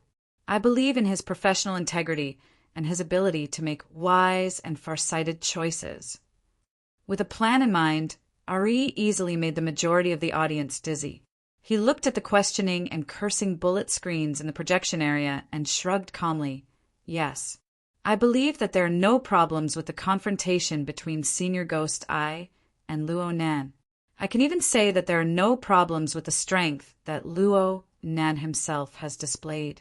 He is worthy of being called the humanoid infrasonic array. He really does stand on a level that we cannot imagine. If I were to participate in this gamble, I would have already lost my pants by now. The surrounding 30,000 viewers online were truly stupefied. Some people even wanted to pull open the projection to see if there was a gun pointed at the back of RE's head. RE could show the back of his head to this group of scum, but he was more than happy to show his clear stance and his undisguised malice. Right now, Luo Nan was still standing on the podium in the circular conference room within the live stream. It was said that he was adjusting the structure of the blood intent ring to wake up those hypnotized idiots, one after another. On the other hand, Hiyuan's cold and clear gaze pierced through the camera lens. It was biting cold and piercing. Oh, this was the daughter of the He family, one of the most outstanding achievements of the Star Alliance Committee's team maybe. If she was standing in front of him, RE really would have to behave himself. But they were separated by 7,000 kilometers. What was there to be afraid of? Therefore, RE didn't stumble at all. He spoke eloquently. What I'm most curious about right now is how Luo Nan's strength and potential were accumulated and realized. How was he able to jump to this level in a short period of 70 to 80 days? This doesn't belong to the category of normal. Look, this is an abnormal situation. This is where the problem arises. At this time, it would be perfect if there was someone who could cooperate and act as a supporting character or something. Unfortunately, RE wanted to continue singing this one-man show. Is Luo Nan a genius? I don't know. But from the information he registered with the headquarters, he wasn't 2 months ago. He followed his family's so-called formatting theory, and painstakingly accumulated for 5 years. He still hasn't touched the ceiling of awakening. He only became a psychic who was better than nothing. He relied on the garrulous psychic diagram and the outbreak of the calamity of the human-faced arachnid to enter the society's line of sight. Is this kind of person a genius? Ari had completely entered the mode of shooting his mouth off. This was his invincible state on the internet in recent years. I've even seen people say that Luo Nan has potential and accumulation. He just hasn't been enlightened yet. He entered the society and received proper cultivation guidance. Then he'll understand everything. I don't know if there's such a situation. I just saw him energetically advocating for formatting theory on the stage. He never mentioned a single word about the guidance of a senior or a friend. Of course, these words were a bit inaccurate. At the very least, Luo Nan had mentioned the guidance of Her Majesty Empress Wu. He had also talked about the condensation ring in class. But right now, what was important was momentum and momentum. He didn't care about the details. Ari spread his hands and made a helpless gesture. There's nothing I can do if you guys think so. But if everyone still has a bit of critical spirit and the ability to think independently, then there's no harm in carefully considering this. Luo Nan, this mediocre genius, has miraculously risen for over 2 months. Aside from his dazzling deeds, what else has happened in Xia City? Aside from the calamity of the human-faced arachnid that I've talked about before. Oh, this is Quantum Corporation's fault. But could it be that everyone hasn't heard that this company has gone berserk and conducted experiments in Xia City? They've encircled their territory in order to excavate some hidden treasure in Xia City? Ari laughed very happily in the face of the rapidly boiling atmosphere in the live broadcast room. Also, the conflict between the Order of Justice and the Xia City branch has mustered a large force, and Wang and the majority of the branch have been destroyed. Why? Could it be because of a hedonistic follower, a child? There's no need to hide the conflict between headquarters and the Xia City branch, including the 2000th young miss incident. Why has Luo Nan always become the focus of everyone? Could it be that he's a natural-born troublemaker and troublemaker? After considering all the subjective factors, shouldn't we also consider the more objective facts? When all the problems point towards a single focal point, we don't need to ponder over what he did. Instead, we need to ponder over where he is in reality, what kind of space and resources he occupies. You're perfectly fine blocking the middle of the road. If you don't get hit, who will? Don't you think so? After leaving behind a string of questions, Ari simply cut off the live broadcast signal with a sneer. He opened the door and got out of the car.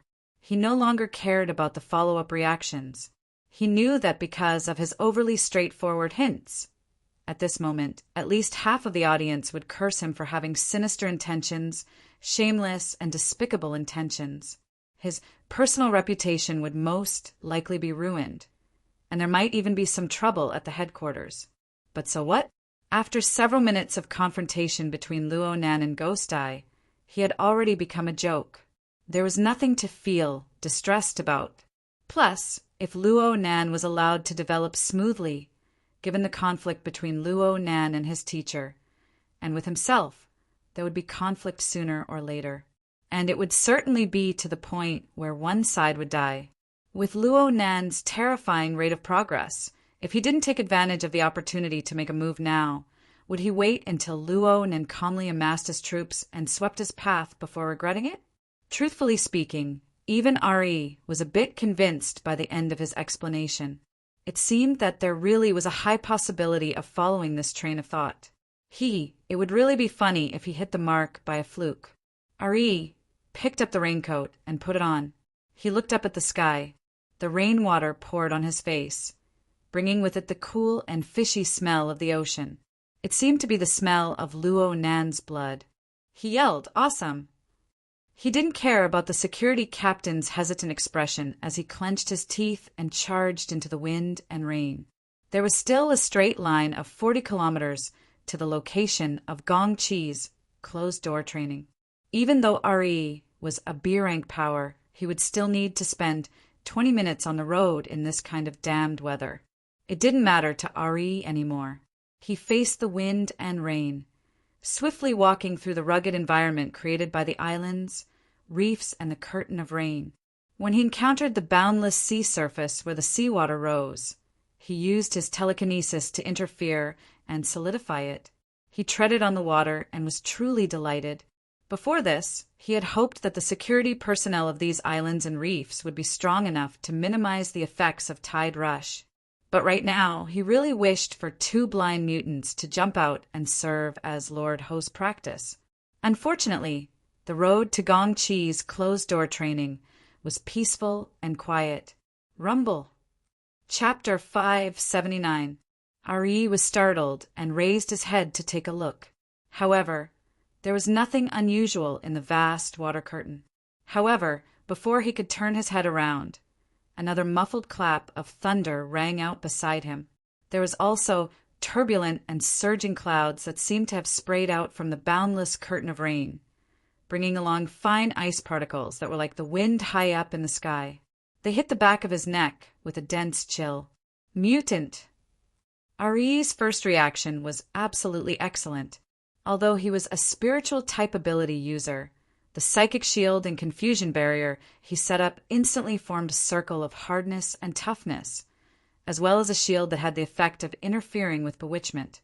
The moment the cold air seeped in, his body had already split into 6 illusory shadows, shuttling in all directions. Unless it was a killing move at the level of a transcendent, it would be impossible to finish him off in one hit. However, the problem was that there was nothing else after the cold air, ice particles, and vast clouds. RE had been semi-invisible for almost a minute, and his soul power had been consumed a lot, but he did not find anything else. Around him, clouds and rain intertwined, blocking most of his vision. He could only see waves of turbulent clouds rushing past. Some brushed past him, and some did not feel anything at all. Using his spiritual sense to judge, he was even more confused. He only felt that the inside was illusory and there was no fixed number. Moreover, through the clouds, the entire space seemed to be suddenly elongated and enlarged, and even shifted to a height of 10,000 meters. There was a blood-red light even further away. What the hell? RE's finger was already pressing the communication and alarm function of the bracelet. Currently, he was under the surveillance of the security team at all times, and he could ask for help at any time if he encountered any danger.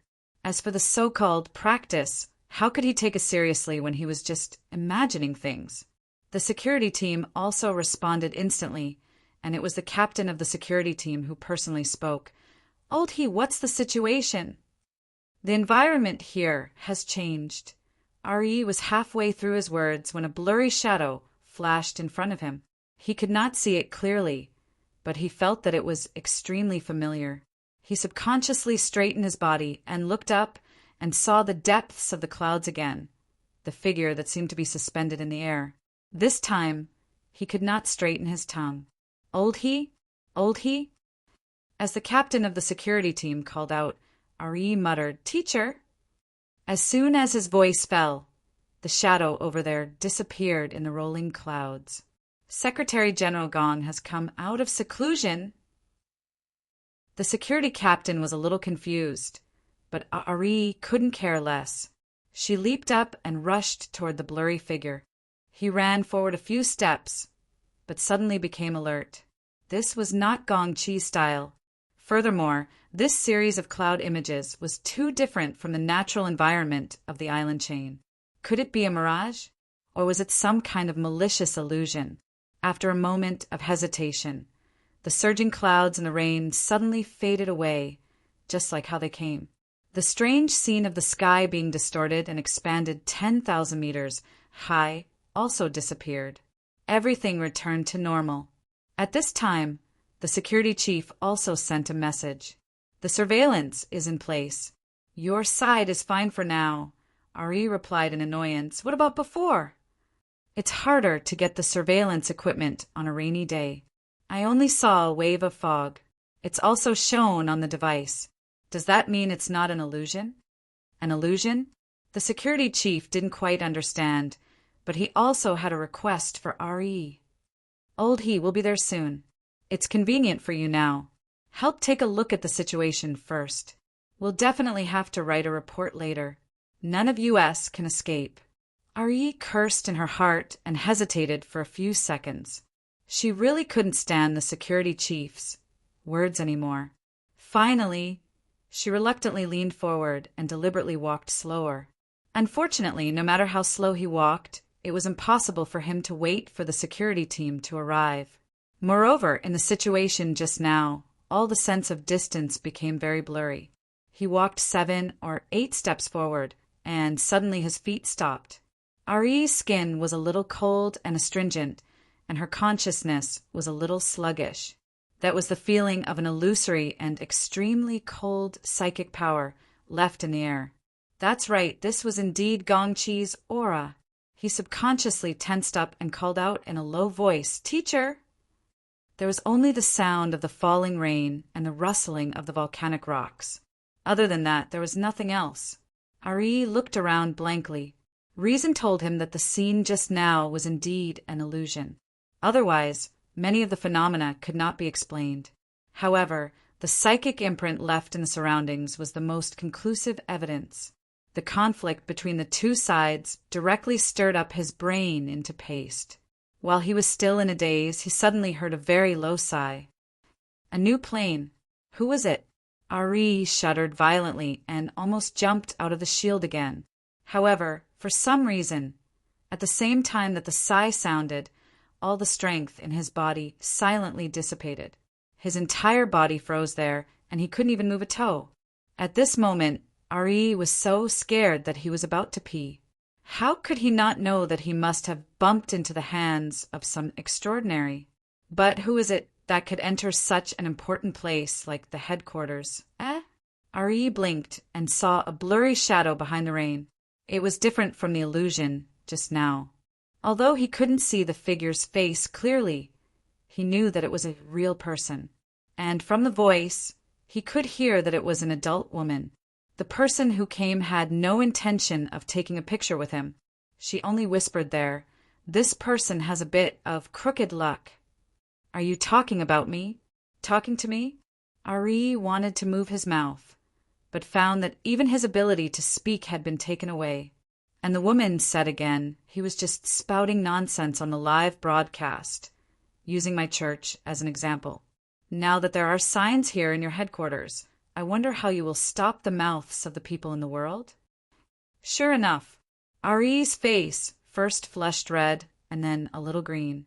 The person who came was really a high-ranking member of the Order of Justice. This was awkward. However, the woman was obviously not talking to him. There were other people present. Before he could finish his thoughts, the long feminine voice of the headquarters president, Abner, flowed out from the curtain of rain. The discovery of any plane should be the common wealth of mankind. This is a good thing, worthy of celebration. What is there to block? Since the Lord Officiator happened to be here, we might as well seriously discuss the follow-up confirmation and exploration matters.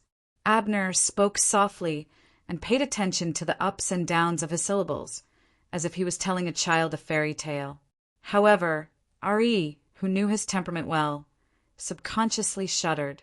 This president was supposed to be in a meeting in Sandalwood City, but it was more likely that his main body was still in Sandalwood City. It was just that his mind wandered over here after receiving the news. Of course, President Abner could come to this small island if he wanted to. This was a matter of course. What really made Ari's brain stupefied was the person President Abner had addressed. Officiata? The Order of Justice's Officiata? Ari froze in the curtain of rain. His entire body was soaked, but he didn't dare to move a muscle. There was a moment when he had the urge to tear off his own death-seeking mouth. Luo Nan, in the circular conference room, 7,000 kilometers away, also wanted to tear off his own death-seeking tool.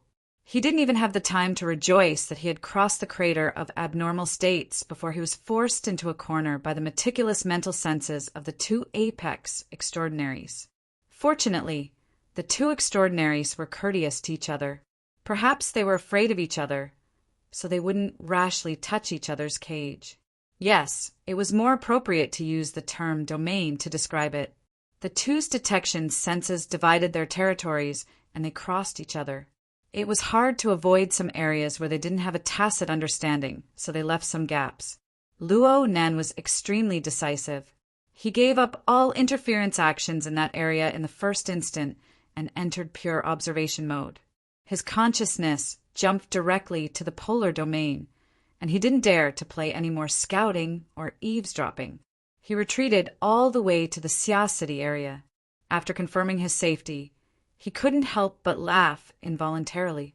He laughed at his death-seeking behavior just now, and he also laughed at the big mistake the two extraordinaries had made. Plane? Was this the name given to the space-time bubble? It was quite magical, but it was completely wrong. Admittedly, the cloud world existed as a plane, but it couldn't be linked to the Sandalwood Island chain. Those abnormalities were nothing more than Luo Nan correcting the precision of his coordinate system and its mode of action. He made a big death. He made an experiment. Right now, Luo Nan was on the podium, broadcasting live under the gazes of tens of thousands of people. And he used the excuse of adjusting the blood will bracelet to openly stare blankly. This sudden laugh made many people stupefied.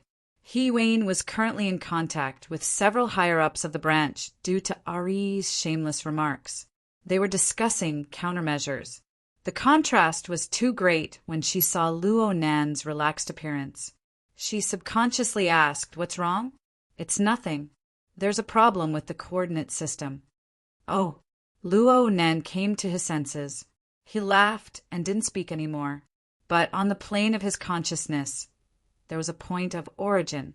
There were 3 vertical and horizontal lines pointing to various directions and dimensions, delineating the scale of deep space, the Earth, and even the other space-time bubbles. Perhaps this sort of marking was meaningless to an objective world, but to Luo Nan himself, it was a type of high integration.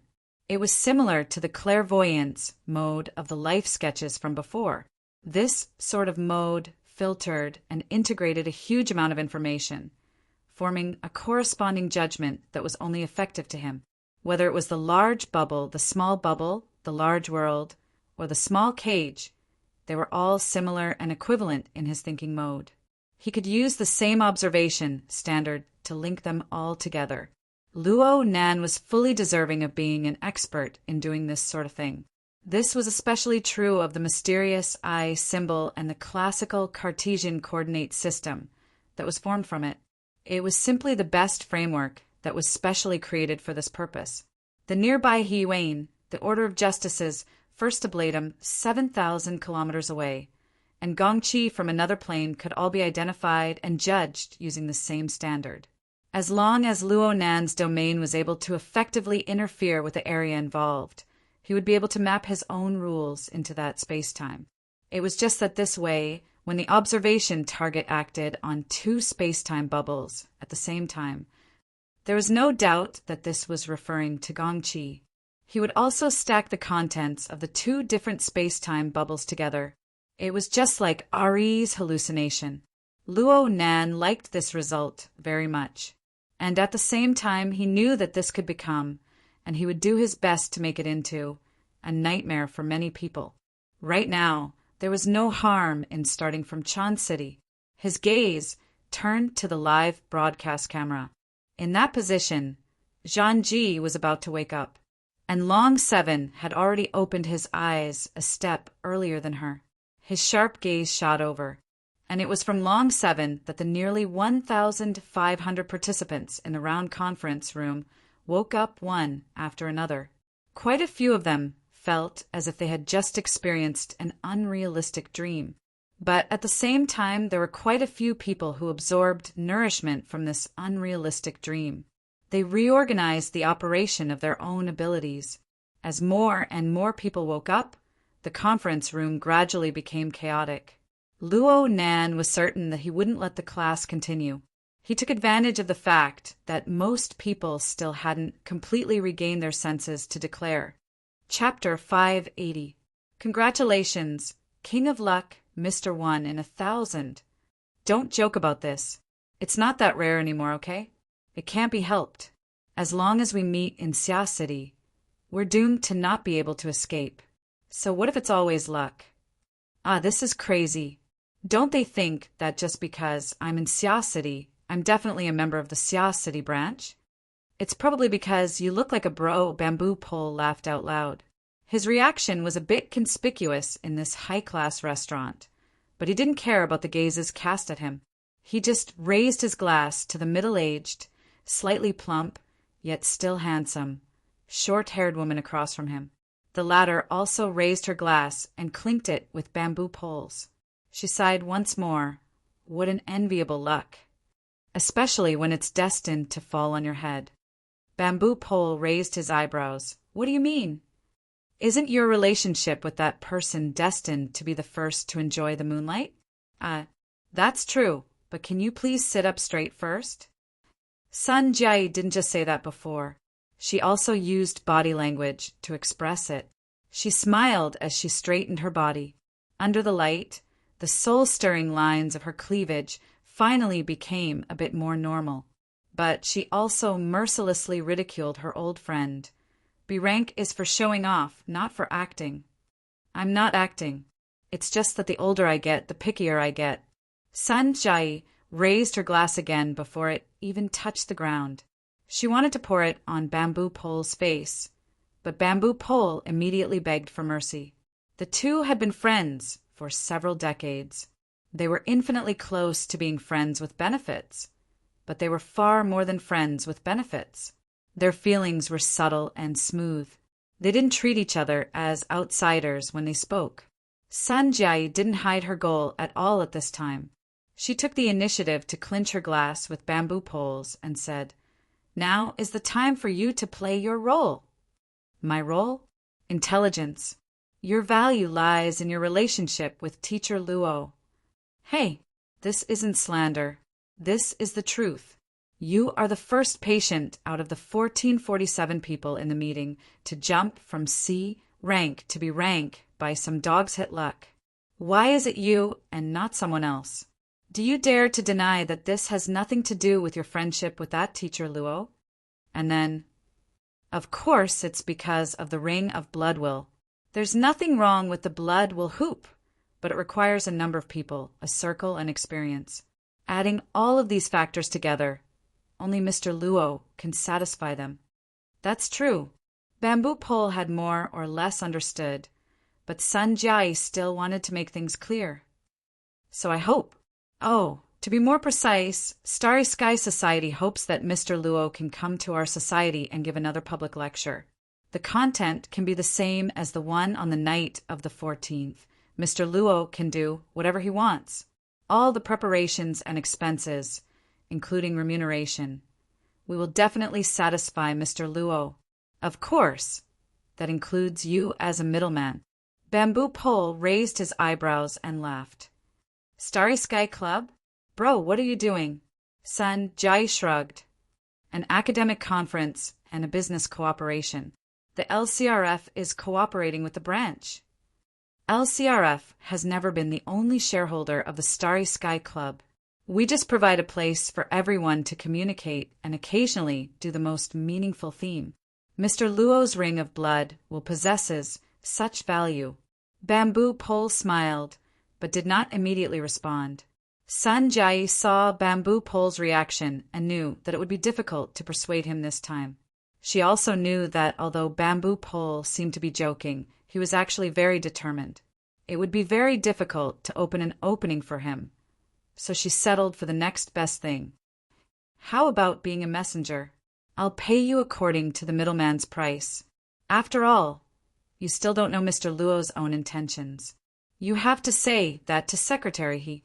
Besides, with your ability, are you afraid that you can't find a messenger? That's why I came to you. That's not because of your ability. Before he finished speaking, Bamboo Pole's increasingly sensitive senses noticed that a few tables away, a person was cautiously approaching and even making eye contact with Sanjay. Sanjay's genial expression probably made the person misunderstand something. The person straightened his clothes and hurried over. His heart was beating fast and he was a little nervous.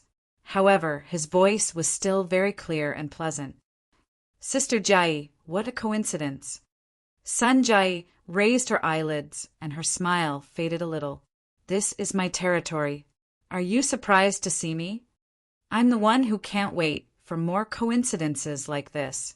Didn't I come here immediately? The person who came was a young man with handsome features. He was dressed in a decent casual suit, and the way he dressed his hands and feet were quite tasteful. What was more rare was that he knew how to speak. He held a bottle of expensive red wine in both hands and stood there in a very stylish manner. He was a celebrity that left a deep impression on people. In fact, he was indeed a celebrity. Bamboo Pole, who usually paid attention to beautiful celebrities and entertainment gossip, quickly recognized that this person was called Lon Lin. He was a popular idol in the past 2 years, and he seemed to have a good image. Lon Lin smiled and took 2 more steps forward. She nodded politely at Bamboo Pole, and then her eyes flew to Sanjay's face. She bent down and moved her face closer to Sanjay.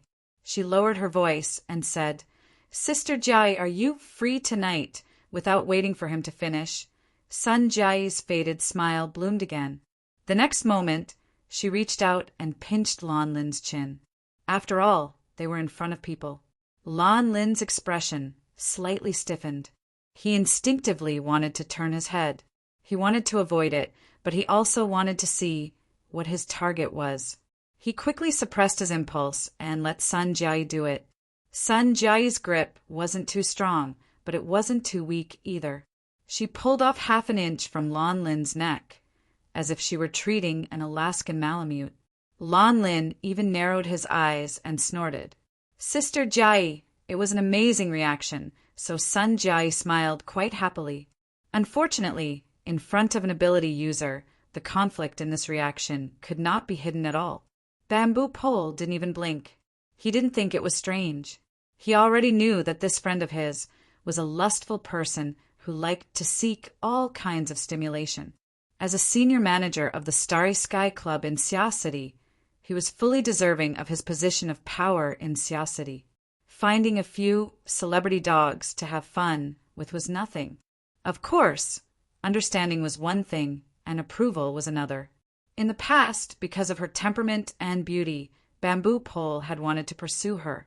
Later, after seeing her true colors, he could only be friends. Sanjay openly flirted with her dog. Bamboo Pole minded his own business and tasted his wine. But at this time he noticed that a gaze was cast over from where Lon Lin had come from. The gaze was filled with surprise and anger. Bamboo Pole could sense it. Sanjay was no exception, but she didn't care about that side. After testing the feel of his chin, she patted Lon Lin's left cheek. She used quite a bit of strength. Pia, the left side of Lon Lin's face turned red. Sanjay's tone was quite intimate, unaccountably solicitous. It's for that event, right? Lon Lin's smile became even more brilliant. He focused his gaze on Sanjay, trying to show the moist and adorable feeling of a dog's eyes. If it were any other time, perhaps Sanjay would chat a bit more with him. But right now, there were more important things to do. She didn't want to waste time. You can't even complete the most basic task. Don't even think about being a guest. Just do your best service. Go. Don't let your imagination run wild. Lon Lin was a little anxious, but then he saw Sanjay's sharp and cold eyes. He subconsciously shivered. He didn't dare to say a word. He bowed and retreated. And now Bamboo Pole was in a watching mode. He watched Lon Lin leave in a daze. Soon, he got into a quarrel with a beautiful girl who came with him. That beautiful girl was probably broken by Lon Lin's dog mode. She was so angry that she cried and left the table. Oh, that beautiful girl seemed to be an artist too. What was her name again? Is it interesting? Sanjay raised her glass.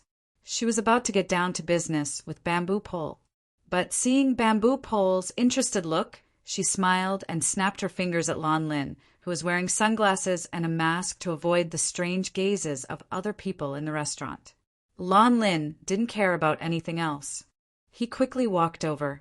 Sister Jai? Sanjay smiled at him. What's your girlfriend's name? She's not. Lon Lin wanted to deny it, but when he met Sanjay's eyes, he could only answer honestly. She's Clara. She's a member of BHD. We're in the same company. She's a good girl. I feel sorry for her. Chase her down and have a drink together. Don't make it too ugly. Lon Lin was a little confused. He couldn't guess what Sanjay was thinking. But suddenly there was a turning point. No matter what, he had to seize it. He immediately responded and rushed over. Bamboo Pole curled his lips. You think you're an omnivore. Don't be ungrateful. I prepared it for you. Don't. I don't play this game. You think it's too light? We can go together. Get lost. Now Bamboo Pole wanted to pour wine in Sanjay's face. Sanjay didn't think much of it. She held the cup and lightly touched her chin. She smiled at him and said, You've reached a certain level of acting now. But since we're friends, can you tell me what kind of person Mr. Luo is? What do you want? We're in the service industry. We need to do some research. Get lost. Bamboo Pole made his attitude firm again. He didn't want to talk about this topic anymore. He turned his head to watch the real-life idol drama.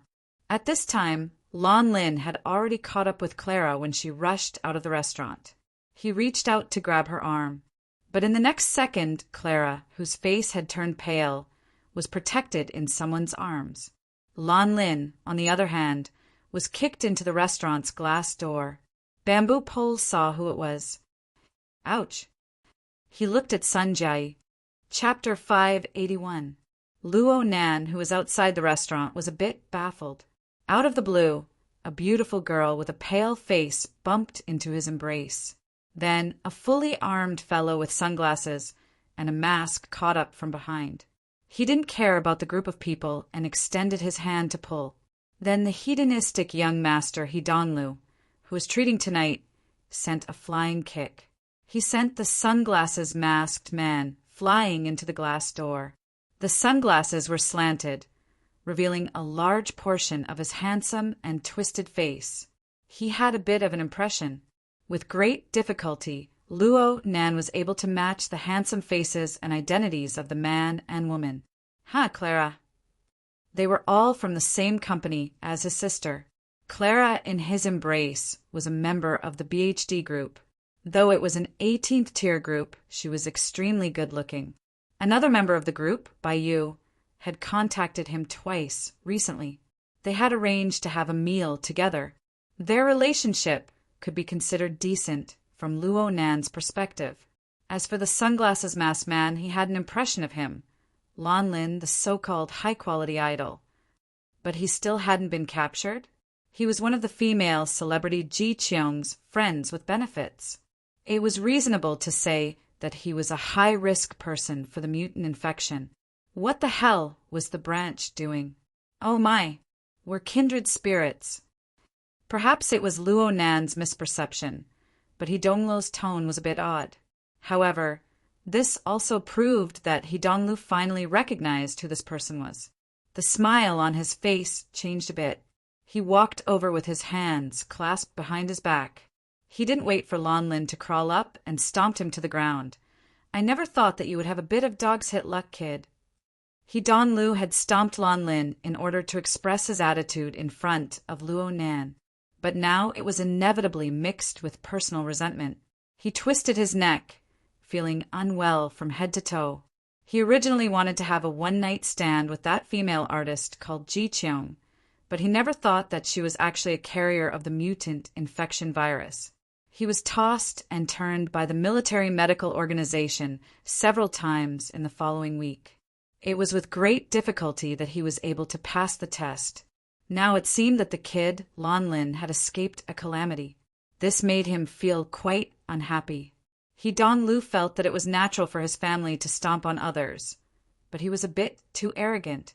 Lan Lin was an idol that millions and millions of boys and girls chased after him.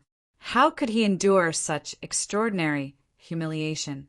As an idol, Lan Lin's physical qualities were decent. He immediately arched his back and straightened his body, causing He Donglu to stagger. Then he held the glass door and struggled to get up, shouting, "Security! Security!" Lan Lin's personal assistant, follower, and bodyguard discovered the problem at this time. They made a big fuss as they rushed over. Luo Nan and He Donglu had no lack of bodyguards by their side. As for the restaurant security guards, it was impossible for them to ignore the situation. They immediately sent more people to control the situation. A group of people crowded the entrance of the restaurant. Luo Nan was very vexed by this sort of scene. If tonight's banquet didn't involve an important matter, he simply wanted to turn around and leave. Luo Nan let out another sigh. He lowered his head to look at the beautiful girl in his embrace, who was in a dazed state. "Hey, Clara, are you all right?" The second greeting finally brought Clara back to her senses from her absent-minded state. She quickly recognized Luo Nan. She also roughly recognized the current situation. She subconsciously struggled for a bit and came out from Luo Nan's embrace. "Thank you, Mr. Luo." The way Clara addressed him was far more distant than on the day they first met. She wasn't in a good state of mind, but she also had the modesty of a woman. She also wanted to save face. The more it was like this, the harder it was to say some words. She was even more unwilling to stay here for too long. She didn't turn around to look at Lan Lin's condition. She bowed once more towards Luo Nan.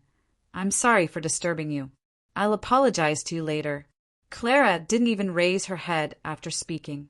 She wanted to leave with quick steps. Just as she passed by Luo Nan grabbed her by the arm and pulled her to a stop. "Wait a moment. Don't go yet." This action was more or less the same as Lan Lin's. Clara's heart tightened, and she looked back in shock. The entrance to the restaurant was crowded with people. Naturally, He Donglu wouldn't put himself in danger. He had long since retreated back. He was originally mulling over how to deal with that pretty boy Lan Lin, but when he saw Luo Nan's actions, he couldn't help but join in the fun. He immediately laughed. "Look at the trouble in front of you. You want to leave with just a word of thanks? How could it be that easy? This fellow wouldn't be able to sleep if he didn't take liberties with the beautiful girl." It wasn't even a matter of taking liberties. At least Luo Nan remembered that He Donglu was quite interested in Clara during the last rehearsal. So Luo Nan gave him a cold glance. He Donglu immediately responded with a smiling face, appearing to be quite good-tempered. But at this time, whether it was Clara, who was close by, or Lan Lin, who was separated by the crowd, they both recognized this extremely famous crown prince bro in their circle. With Luo Nan's keen senses, he was already aware of Clara's instantly stiffening body and her highly taut mental state. This made her even more terrified and flustered than when Lan Lin had caught up. It was very clear that the young girl's thoughts were crooked. As for Lan Lin, when he saw He Donglu's face clearly, his chest, which was about to explode from being squeezed by a ruthless aura, was like a punctured balloon. In a short amount of time, he became a piece of soft skin. The ground beneath his feet became even softer.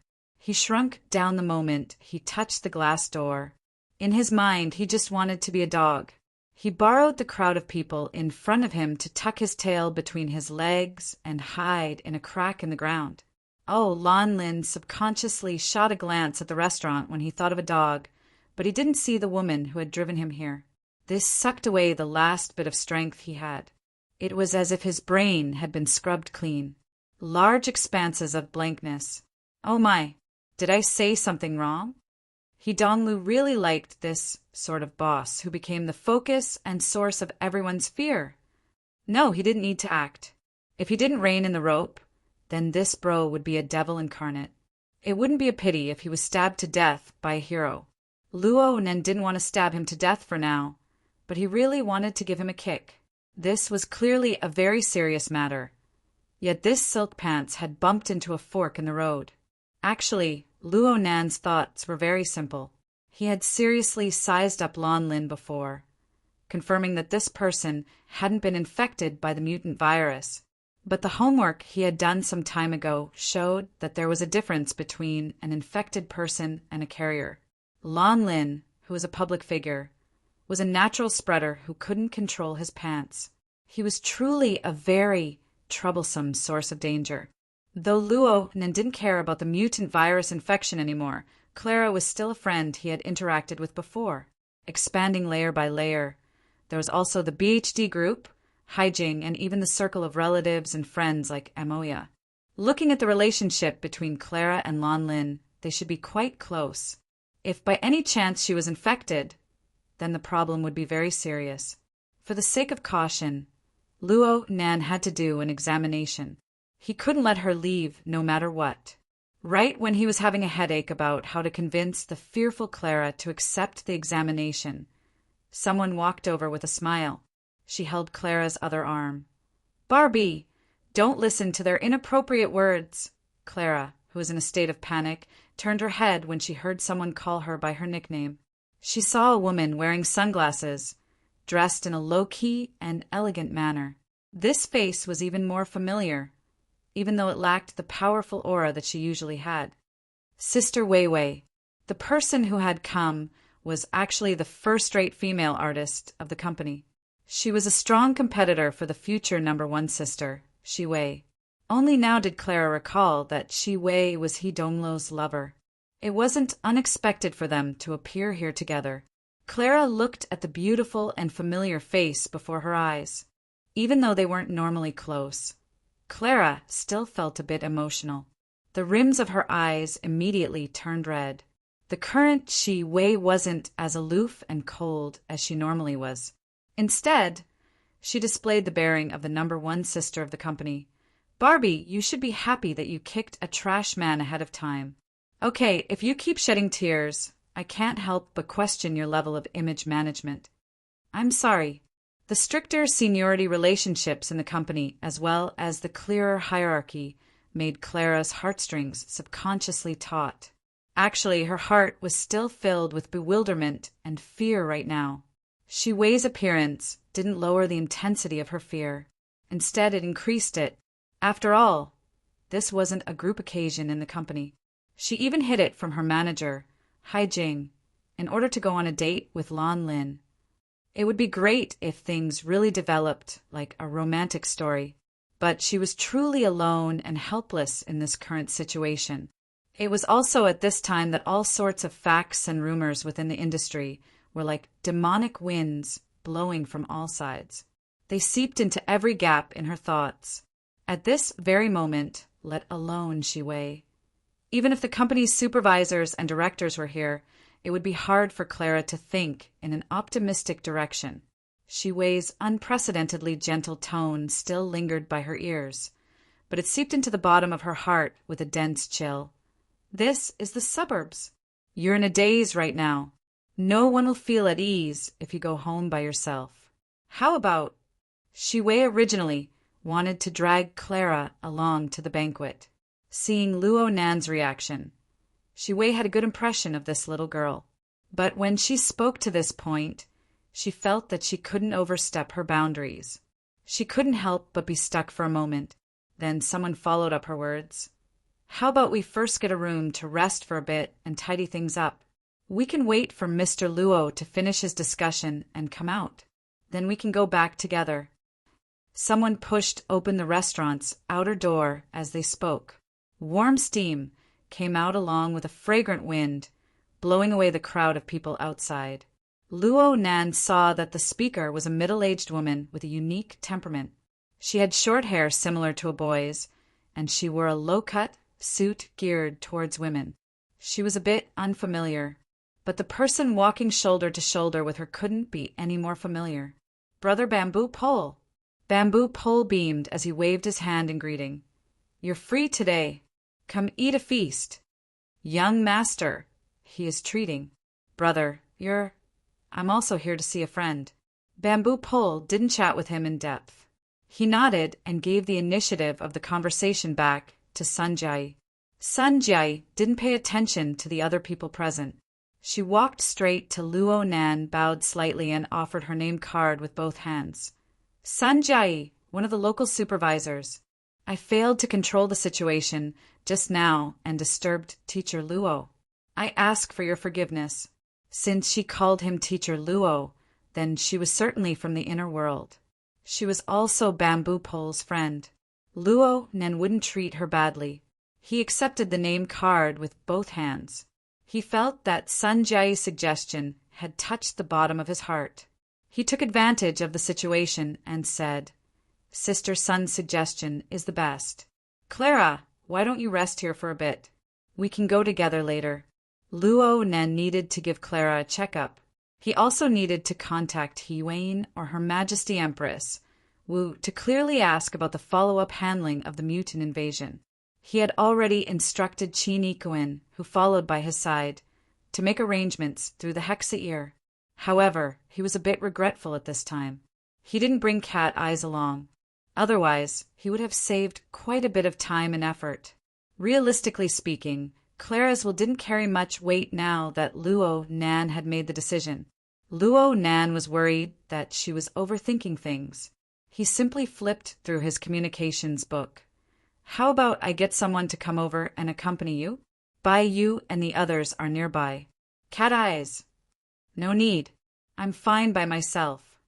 Clara's voice was a bit hurried, reflecting an intense feeling of rejection. But soon she pursed her lips and lowered her eyelids. Her slightly curled hair hung down from her forehead. She really was like an exquisite Barbie doll, allowing herself to be manipulated by others. It seemed that there really was a bit of a misunderstanding. Luo Nan was able to feel that Clara's mental cage was withering and warping. There was still a bit of space that was unwavering. This kind of willpower had already exceeded the norm. Wei continued to display the demeanor of a big sister. She stepped closer to Clara's body and laughed lightly. I can accompany Barbie for a chat. I'm not joking. I've always felt that this is a good thing. Clara didn't open her mouth, so she didn't have any objections. Luo Nan grunted, and Hidonglu didn't refuse. He just said, You're done settling things. Hurry up and come over.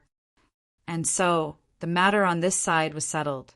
Hidonglu and Luo Nan walked inside, and the crowd of people in front of the restaurant naturally dispersed. As for a certain person who was curled up into a ball by the glass door, who cared? Luo Nan turned his head back. His target was Bamboo Pole. Bro, do you want to come together? No need. Let's not disturb each other. Bamboo Pole giggled and waved his hand. Sun Jai shot him a covert glare, but Bamboo Pole didn't pay any attention to her. Luo Nan saw all of these small details and chuckled twice. He felt that this was a bit interesting. He really envied Bamboo Pole's carefree and easygoing attitude. Not to mention that Bamboo Pole also hid extraordinary wisdom within. Whether it was the depth and breadth of knowledge when Bamboo Pole taught him, or the penetrating and incisive theses of the order, or the fact that Bamboo Pole was the first to break through the barrier of nearly 1,500 participants and enter Barank. All of this proved that Bamboo Pole was extraordinary. The group of people continued to walk inside. Hidonglu was a young master who loved to step on salted fish the most. He felt refreshed and his mind was lively, so he came over and said, Since we're friends, let's drink a few cups together. Actually, it's good to have Clara accompany you. We brothers drink for the sake of being relaxed and at ease. Luo Nan cast a sidelong glance at him. He never felt that he had any sort of brotherly friendship with this fellow. They walked a few more steps as they spoke, and 4 diners suddenly stood up at a table at the edge of the aisle. They greeted from afar, Teacher Luo. Hidonglo's words were interrupted. He was stupefied for a moment. Luo Nan blinked his eyes and responded, Hello.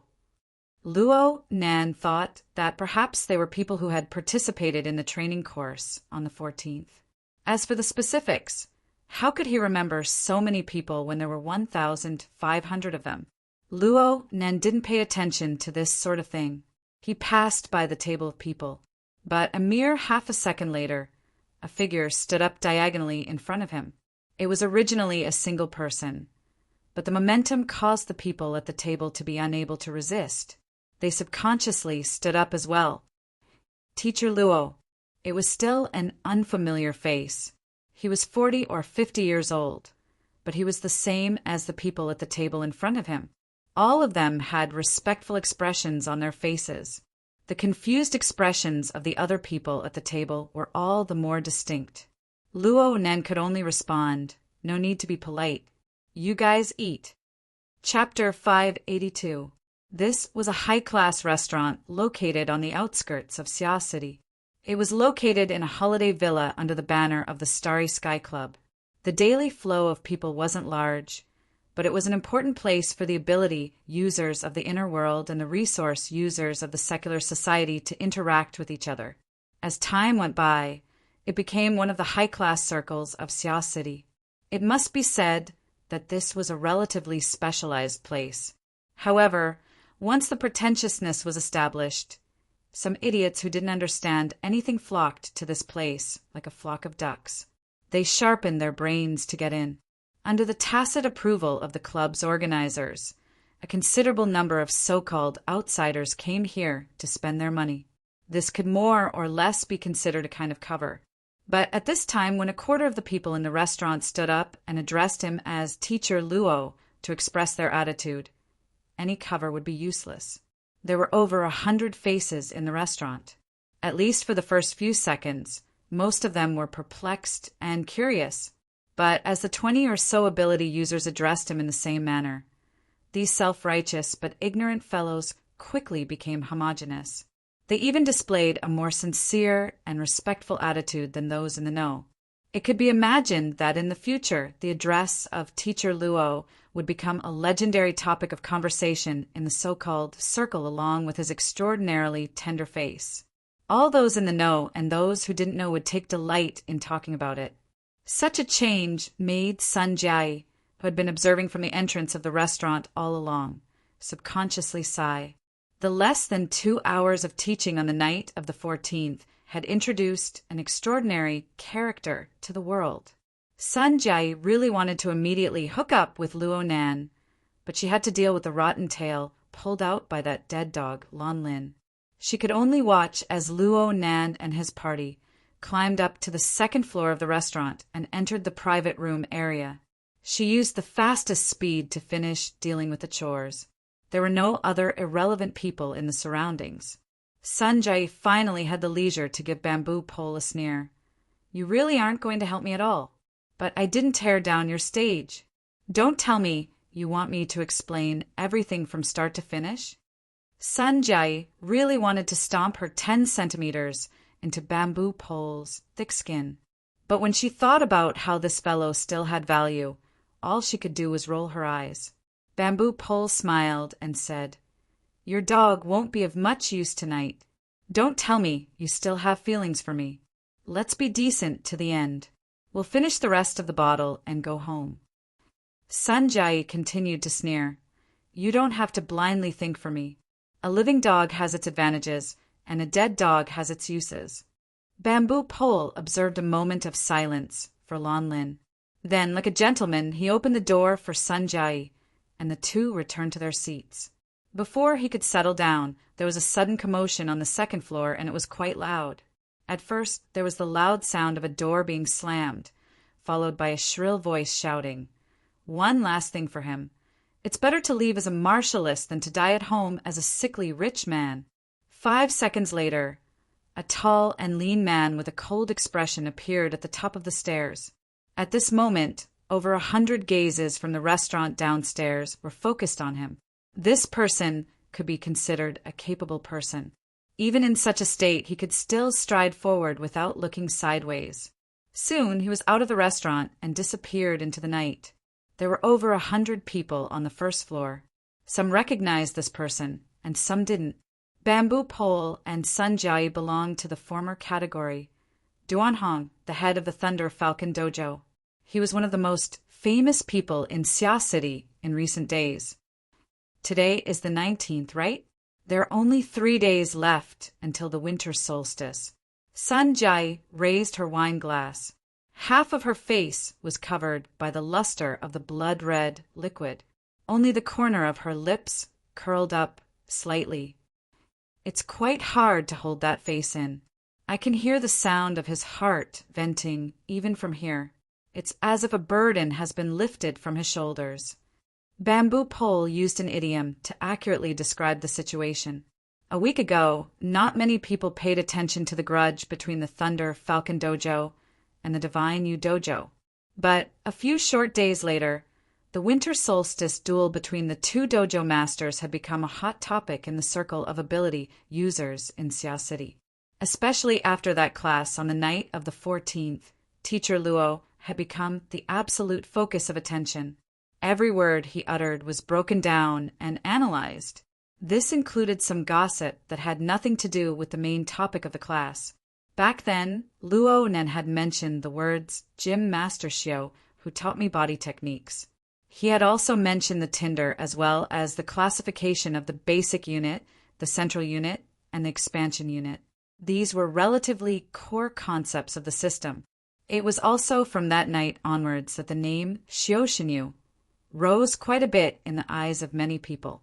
Correspondingly, the Thunder Falcon Dojo, which had a direct conflict with Xiao became the focus of many people. Fine, they were actually the target of ridicule. As long as Duan Hong wasn't an idiot, he would certainly feel the pressure. As for what he would do next, it could be seen now. At this time, a young man chased down from the second floor. He hurried past. Though he was dressed in casual clothes, the two recognized him. He was Zhu Ling, a lieutenant colonel of the Coastal Defense Army. He was Blood, Prison Tianbang's adjutant. He was the standard rising star of the military. It's better to find someone from the military to solve the problem. Bamboo Pole took a sip of wine. He knew that Duan Hong had a military background, but Duan Hong was quite thoughtful to be able to find Hidong Lu after so many twists and turns. Though Bamboo Pole didn't see the scene, he could guess it. Hidong Lu mediated in the middle, and Duan Hong got off the slope like a donkey. Duan Hong could give up a favor along the way. Luo Nan would certainly fall for this. After all, Xiao really couldn't afford to be tossed around. As for what Duan Hong's final style was, his persona, and what other tricks he would use in the future, it no longer mattered to the overall situation. Hidong Lu is treating us to a meal. First, he's giving us a favor. He should have some ulterior motive. Sun Jiayi pondered over the knots within and naturally came to a preliminary conclusion. Does the He family want to take a step further with Mr. Luo? There's no need for Hidong Lu. Secretary, he is enough. Sun Jiayi's eyes squinted in laughter. That's not necessarily true. Oh, there's an inside story. An exchange? As long as you're willing to help. Go ball! Bamboo Pole didn't say anything. He recognized Sun Jiayi as a friend, but he never forgot the difference in positions between the two. The Starry Sky Society invited Luo Nan to open a class. It was fine if they just wanted to ride on the limelight. At most, it would be a matter of who earned more and who earned less. Presumably, Luo Nan wouldn't care. But the problem was it really good to have Luo Nan too involved with the Starry Sky Society? For ability users, not accepting missions from the Starry Sky Society was certainly the performance of a rookie. But at the same time, lingering in the society circle without going was undoubtedly the starting point of depravity. The Starry Sky Society was a circle of the inner world's periphery, created by the cooperation of headquarters and several capital powers. The purpose of its establishment was to realize the effective exchange of the value of ability users with the capital of secular society. Since the issue of exchange of interests was involved, it was obviously a super fat piece of meat. Everyone wanted to take a bite out of it. As a result, within the society and its attached organization, There were all kinds of entanglements of interests and dark sides that people couldn't bear to look straight at. And the corresponding hundreds of stimulating temptations were the culmination of human society. Bamboo Pole believed himself to be a layman. He was far from being a moral gentleman, but he was an adult with many years of experience. He had his own sense of judgment. But what about Luo Nan? His terrifying worldview was basically set in stone. His outlook on life and values were still in the developing stage. Even if jade was not cut and polished, it would be useless. That was only true for a rock. If there was a giant fusion reactor in front of him, it would be better not to take the risk. Bamboo Pole swirled his wine glass. He looked relaxed, but he had erected a high defensive line in his heart. Sun Jiayi was also swirling her wine glass. Her eyebrows and eyes, beneath her exquisite makeup, seemed to cast shadows on Bamboo Pole's face through the swirling wine. It also seemed to drift to a place that was hard to reach. It couldn't be said that the two didn't have any appetite for the rest of the time, but most of their minds weren't on chatting. Another 10 minutes or so passed. Shi Wei, who had gone to help Clara settle down earlier, walked into the restaurant and headed to the second floor. Sun Jiayi looked at her watch. She used Shi Wei's ascension to the second floor as the starting point. She brought out the last of her patients and waited for another 7 or 8 minutes. Finally, she stood up. "I'm going to say hello to Mr. Luo and the others. Do you want to come with me?" We agreed not to disturb each other. Sun Jiayi's exquisitely sculpted eyebrows rose. They were like sharp blades that could chop down at any time. Bamboo Pole shrugged his shoulders, and the words that followed were cut short. Sun Jiayi ascended to the private room area of the restaurant's second floor 90 seconds later. She had an extremely precise grasp of time. The hot appetizers were just served when she arrived at the entrance of the private room. She entered with the food server. There were very few people in the room. Aside from Duan Hong and Juling, who had just left, there were only Luo Nan, Hidonglu, and Shi Wei. However, no matter how much Sun Jiayi thought about it, she still didn't expect to see such a scene when she pushed the door open and entered. Shi Wei was at the center of the scene in the private room. This beauty had already unbuttoned the cuffs of her shirt. She folded the sleeves up, revealing her white lotus-like arm. As a superstar, Shi Wei's body was first-rate in terms of talent and maintenance. Under the soft lighting, her arm was like a divine item carved out of white jade. Even though Sun Jiayi was also a woman, her heart still rippled when she saw it. All right, Sun Jiayi was a famous omnivore in the circle. Her gender was not restricted. Her heart was simply moved when she saw this scene. She even thought that she might add one more person to her prey list later. As for the hedonistic son of rich parents like Hidonglu, she really didn't put him in her eyes. The problem was the position of Shi Wei's white jade arm. Wasn't it a bit inappropriate? That white jade arm was stretched out on the table. It was crooked, yet not crooked. It was straight, yet not straight. It was natural and alluring. The problem was that most of her wrist was grasped in the palm of Luo Nan's right hand. Luo Nan's other hand was like a ruler. He measured from wrist to elbow and then to upper arm. "Please, you're not a fashion designer. What's the point of poking and prodding with your finger?" Sun Jiayi's eyes were extremely sharp. She could see from the degree of creases on Shi Wei's clothes that this female star had already pulled out the hem of her shirt. If she were to straighten up right now, she might even be able to see a chunk of her belly. Describing such a scene as disheveled was not a problem at all. It didn't matter if this scene was seen by the food server, but it really wasn't appropriate for a famous supervisor to get involved. Chapter 583. He was really rash. This was the first thought that came to Sun Jiayi's mind. If it were someone else, she wouldn't have made such a low-level mistake. With the standard of her spiritual senses, even if she didn't enter the room, she could still roughly grasp the situation in the room. But the problem was that the person she was facing now was an extraordinary genius who had just come up with the cage theory and guided 1,500 ability users and extraordinaries to battle for 300 rounds in the Abyss region. It was this genius who stated that the majority of mental senses were a conflict between violating and being violated. The winner would take it all, and the loser would die.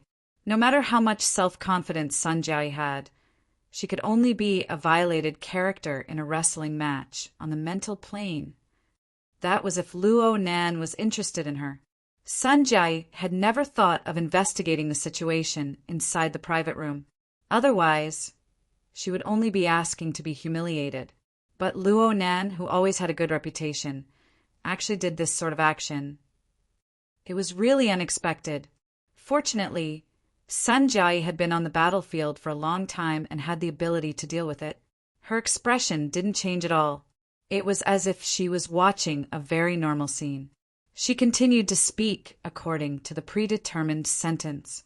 "Mr. Luo, young master He, are the dishes today to your liking?" He Donglu more or less knew a bit about Sun Jiayi's background. He chuckled and said, "Not bad, not bad. Especially the appetizer at the front. It's quite creative." Sun Jiayi's spiritual senses were useless, but the method of observing people that she had trained for many years was still effective. She could roughly judge the current mental state of the 3 people in the private room. The one who didn't care the most was He Donglu. The one who didn't need to pay attention to the most was Shi Wei. As for the most important one, well, he felt that it was a bit more complicated. Awkwardness was not awkwardness, and calmness was not calmness either. It was more obvious that he was at a loss, as if he did not know how to face it. In the end, he returned to a kind of almost wooden indifference. Such a strange reaction made Sun Jiayi mark it in her heart. She wanted to test it again, but the conditions didn't allow it. Luo Nan wasn't someone who was good at conversing. Communicating with He Donglu was meaningless. Sun Jiayi could only exchange a few more polite words before withdrawing. From start to finish, she was gone for around a minute. When he returned to Bamboo Pole's side, Bamboo Pole asked with interest, "How's the progress?" Sun Jiayi replied casually, "Take your time." Bamboo Pole laughed. "Fine. You've entered the door. Go ahead and have your wicked thoughts. I won't accompany you any more. I'll go back and work hard."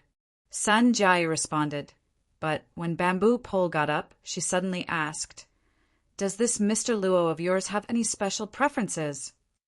"Do you think I'll tell you?" Sun Jiayi pursed her lips and thought for a moment. She nodded, but soon shook her head. "You're not telling me. Is it to keep it a secret? Or is it a secret to begin with?" Bamboo Pole was slightly startled, but then he smiled and pointed at her. "You're smart, but don't overdo it. This is advice from a friend."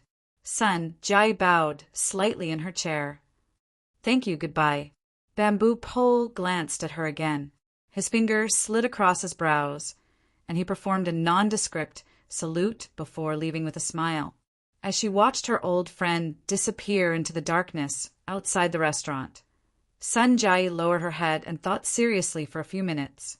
Then, in her personal storage space, she opened the information that she had already collected and organized. This included all the information regarding Luo, and that could be gathered from various channels. It was voluminous and hard to count.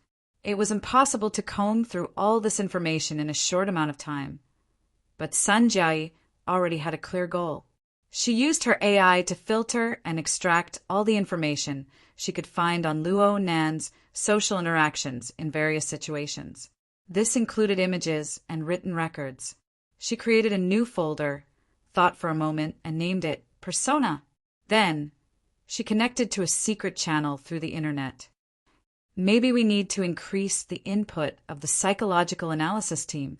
Yes, we need it now. Luo Nan wasn't too affected by Sun Jiayi's entrance in the private room on the second floor, but he never planned on spending too much time on Shi Wei. Not long after Sun Jiayi left the room, he stopped measuring with his fingers and spoke to He Donglu.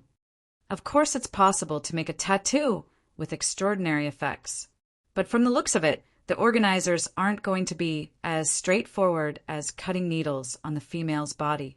He Donglu raised his eyebrows when he heard this.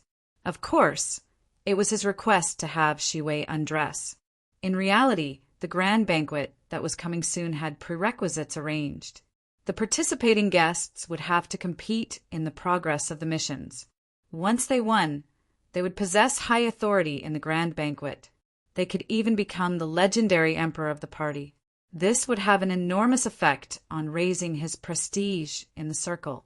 The theme of this year's grand banquet was Night of Mystery. It was clear that the mystic arts would dominate. It was said that it involved a bit of black magic and the like. The prerequisites for the male guests were uniformly interesting tattoos. They had to be completed on the bodies of their female companions and prey. Victory was determined by quantity. Frankly speaking, He Donglu didn't expect Luo Nan, who was an abstinence type, to be able to solve his problem. He just used it as a gesture of intimacy, but he never expected Luo Nan to take it seriously. Perhaps Luo Nan felt that He Donglu had given up a favor to resolve the problem of the winter solstice challenge in order to send King of Symmetry? All right, being able to be an emperor for once was certainly an enormous temptation. But I really did come here today to do proper business. He Donglu's heart was indescribably depressed, but he still put on a look of pleasant surprise. You figured it out? Probably. What move is it? Luo Nan thought for a moment, but he shook his head. I don't want to say. Oh. He Donglu nearly choked to death on the spot. He swallowed the dry air in his throat with great difficulty. He forced a smile and said, Isn't it a bit too early to ponder over the competition for the mission? I'm not interested in the so-called mission. Luo Nan just felt that the organizers of the grand banquet had no lower limits in their thinking. He didn't want to dirty his mouth with those words, so he gave a simple explanation and didn't say anything else. I'll strangle you to death. Okay, I don't even believe it myself. He Donglu choked twice in a row. He wanted to get a bit angry, but when he looked at Luo Nan's wooden and childish face, it was hard for him to make excessive guesses. He could only console himself. Forget it. In any case, this is just the warm-up phase. There will certainly be further explanations in the future. With my resources, even if I can't compare to you professionals, it'll be fine if I put in a bit more effort. He Donglu glanced at the hot plate that had yet to be cut. He forcefully suppressed the emotions in his heart. Just like the main dish that had yet to be served, the theme of tonight's banquet had yet to be truly spoken.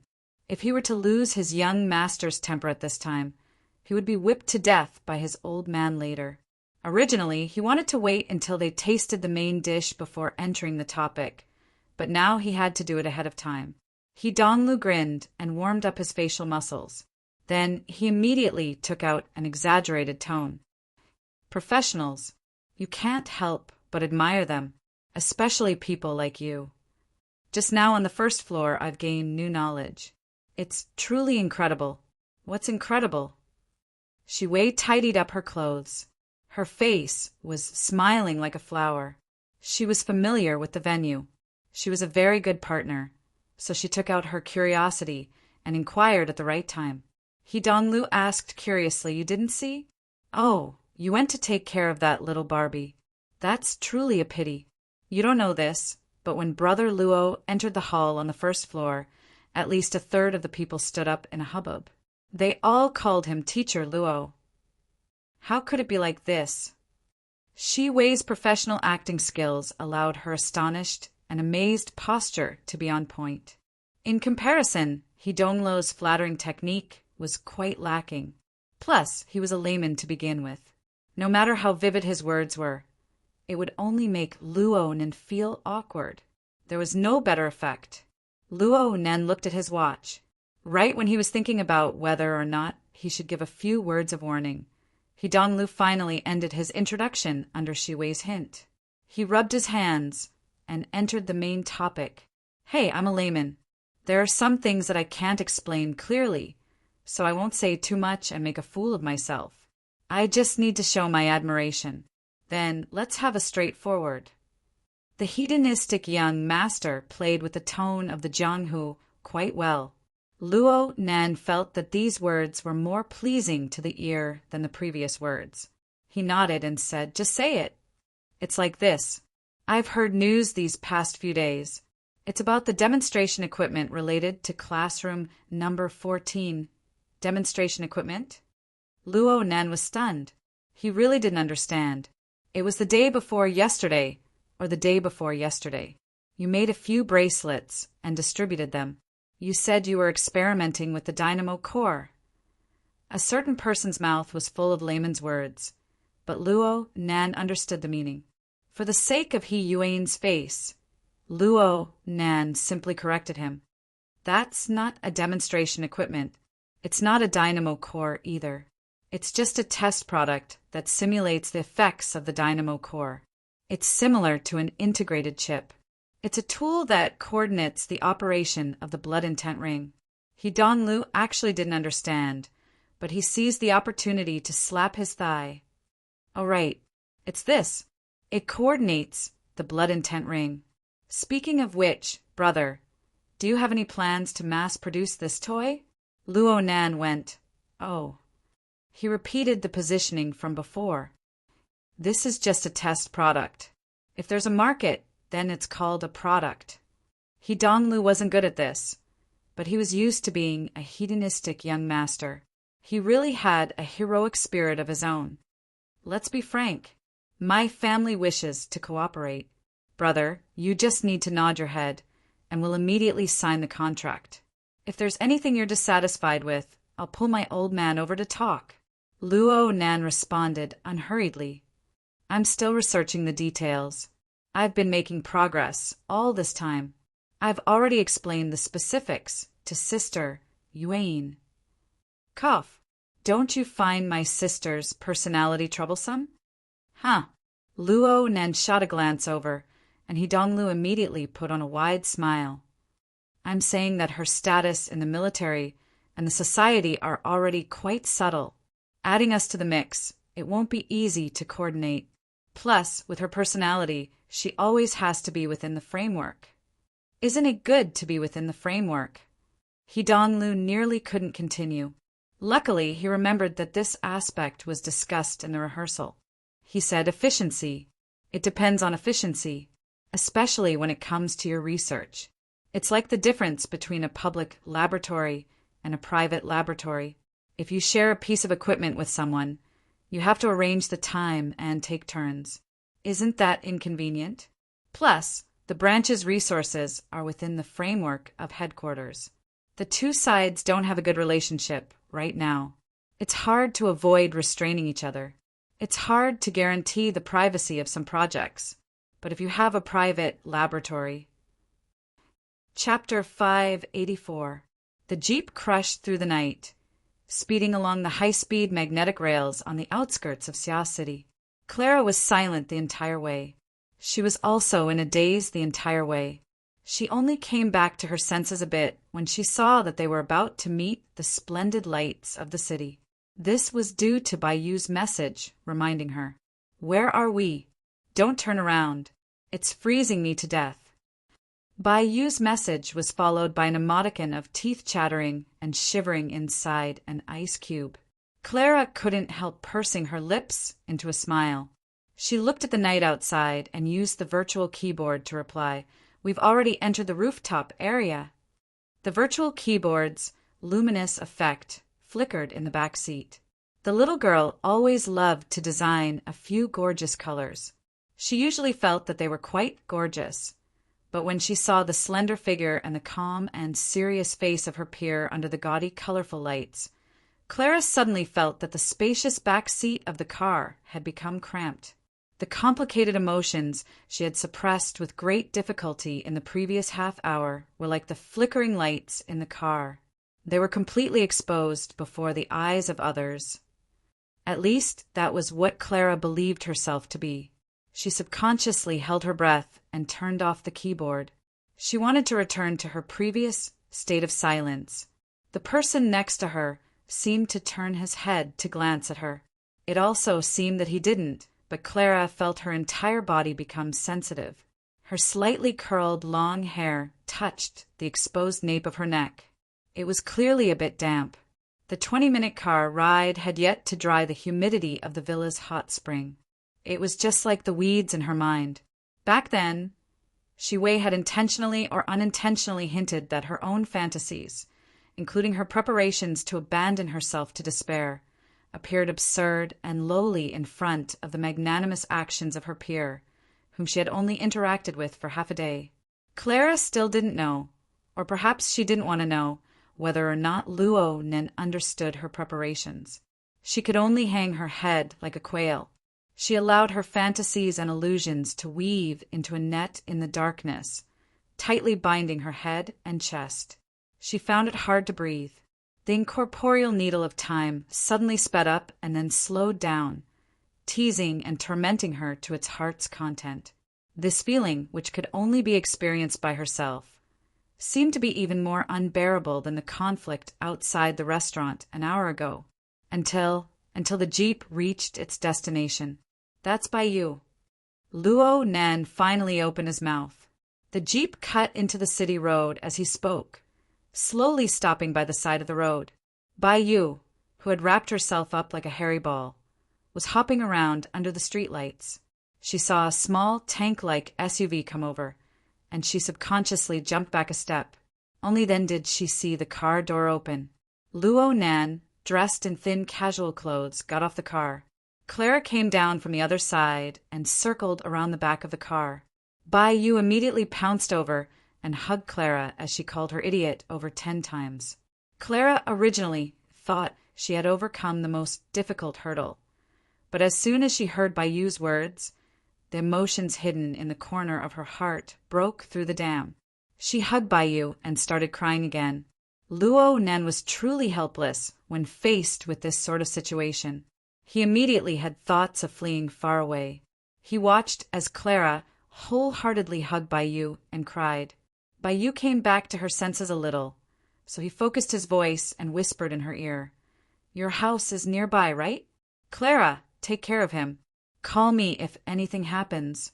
Bai Yu was dressed like a hairy ball, and she still had to hold Clara, who was crying so hard that her body went soft. She swayed back and forth, struggling quite a bit. She couldn't help but open her eyes wide when she saw Luo Nen actually shake his hand and leave. But she was unable to criticize him, so she could only pout. "My house is right behind me. Don't you want to go sit? I have an appointment with someone. I'll be leaving first." Luo Nen didn't have the leisure to watch the two girls hug each other and cry bitterly. Plus, he wasn't lying. His daily schedule was packed to the brim. He really did have to meet with an important person in a bit. He turned around to leave, but he saw Bai Yu being hugged by Clara. Bai Yu looked like she couldn't even move a single step. He thought for a bit and finally decided to do something good to the end. "Get in the car. I'll take you guys to your house." "Clara, you're going to sleep at your kid's house today, right?" Bai Yu let out a puff of white steam. "Oh my, I nearly thought I was going to dribble the ball and run." The young girl had no filter on her mouth, and her analogy was gravely wrong. This actually caused Clara to be unable to continue crying for a time. Luo Nan was helpless. He could only invite the two girls into the car and let Bai Yu lead the way. They drove to the residential area in the back. Clara was much more relaxed now that she had a friend by her side. Right now, she was curled up in Bai Yu's embrace. She was no longer crying, but she was a bit drowsy and sleepy. This was most likely the after-effects of her rapidly relaxing mental tension. Clara was between Luo Nan and Bai Yu, so it wasn't convenient for them to talk. But after thinking for a bit, he took advantage of Clara curling up to indicate Bai Yu to come closer. He reminded her in a low voice, "She's quite lucky. She didn't suffer a huge loss. Just remember this. Also, I didn't tell Brother Haijing about today's matter." "Don't be happy too early." Luo Nan felt stifled when he saw Bai Yu's relieved appearance. This girl didn't know how many people were tormented by this matter tonight. He coughed lightly. "You guys need to pay attention. Xia City hasn't been peaceful lately. It seems like some sort of virus is spreading. My sister is also in this circle of yours. It really is very complicated. The more you make friends like this, the more cautious you need to be. Otherwise, you'll be caught off guard. I'll help you guys get in touch later. You guys can all go get your bodies checked. Bai Yu's eyes widened once more when she heard the arrogance of his age and seniority. She hated that she couldn't open her mouth and bite a certain someone. But at this time, God's off-road vehicle accurately stopped outside of Bai Yu's house. Luo Nen didn't give Bai Yu a chance to speak. He drove the two girls out of the car and drove away. Behind him, Bai Yu fiercely waved her fist at the taillights of the car. Luo Nen could only shrug and look at his watch. It wasn't even 9 o'clock in the evening. Their schedule was quite frugal. That's right. Ever since He Donglo's request for cooperation was rejected by him, the rest of the meal relied entirely on Shi Wei's top-notch level of communication. Only then were they able to enjoy themselves to the fullest. The duration of this meal wouldn't be too long. It ended around 7:30 p.m. Then came the examination of Clara and sending her off. Most of the time was spent on the road. Luo Nan sighed and rubbed his head. His thoughts weren't particularly smooth. He felt that it was strange when they talked about cooperation during the meal. The relationship between He Wen and the He family seemed to be a bit more distant than he imagined. He Wen was clearly the one who transferred the invitation, this time as a middleman.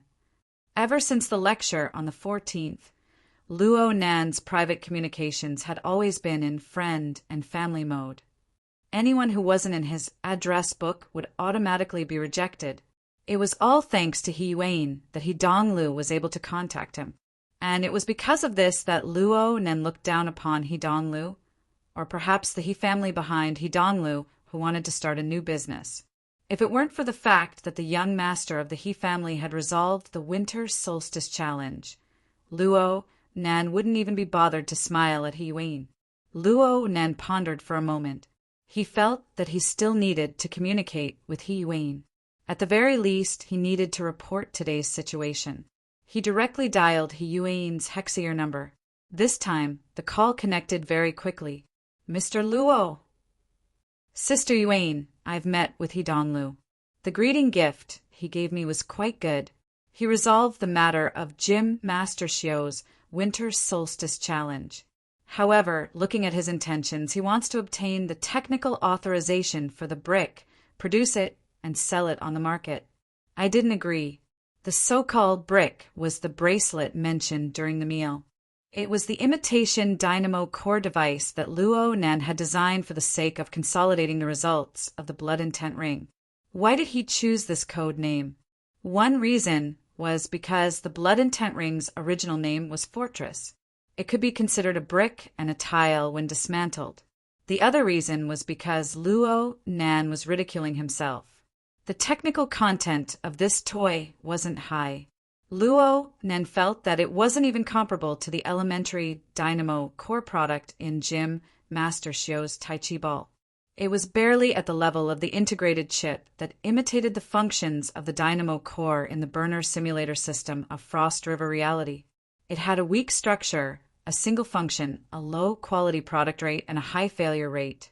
The frame of the blood intent ring was still floating in the abyssal region. It did have a bit of a guiding effect. Otherwise, it would have been too heavy to use as a toy. From Luo Nan's perspective, this brick was the most standard of failed products.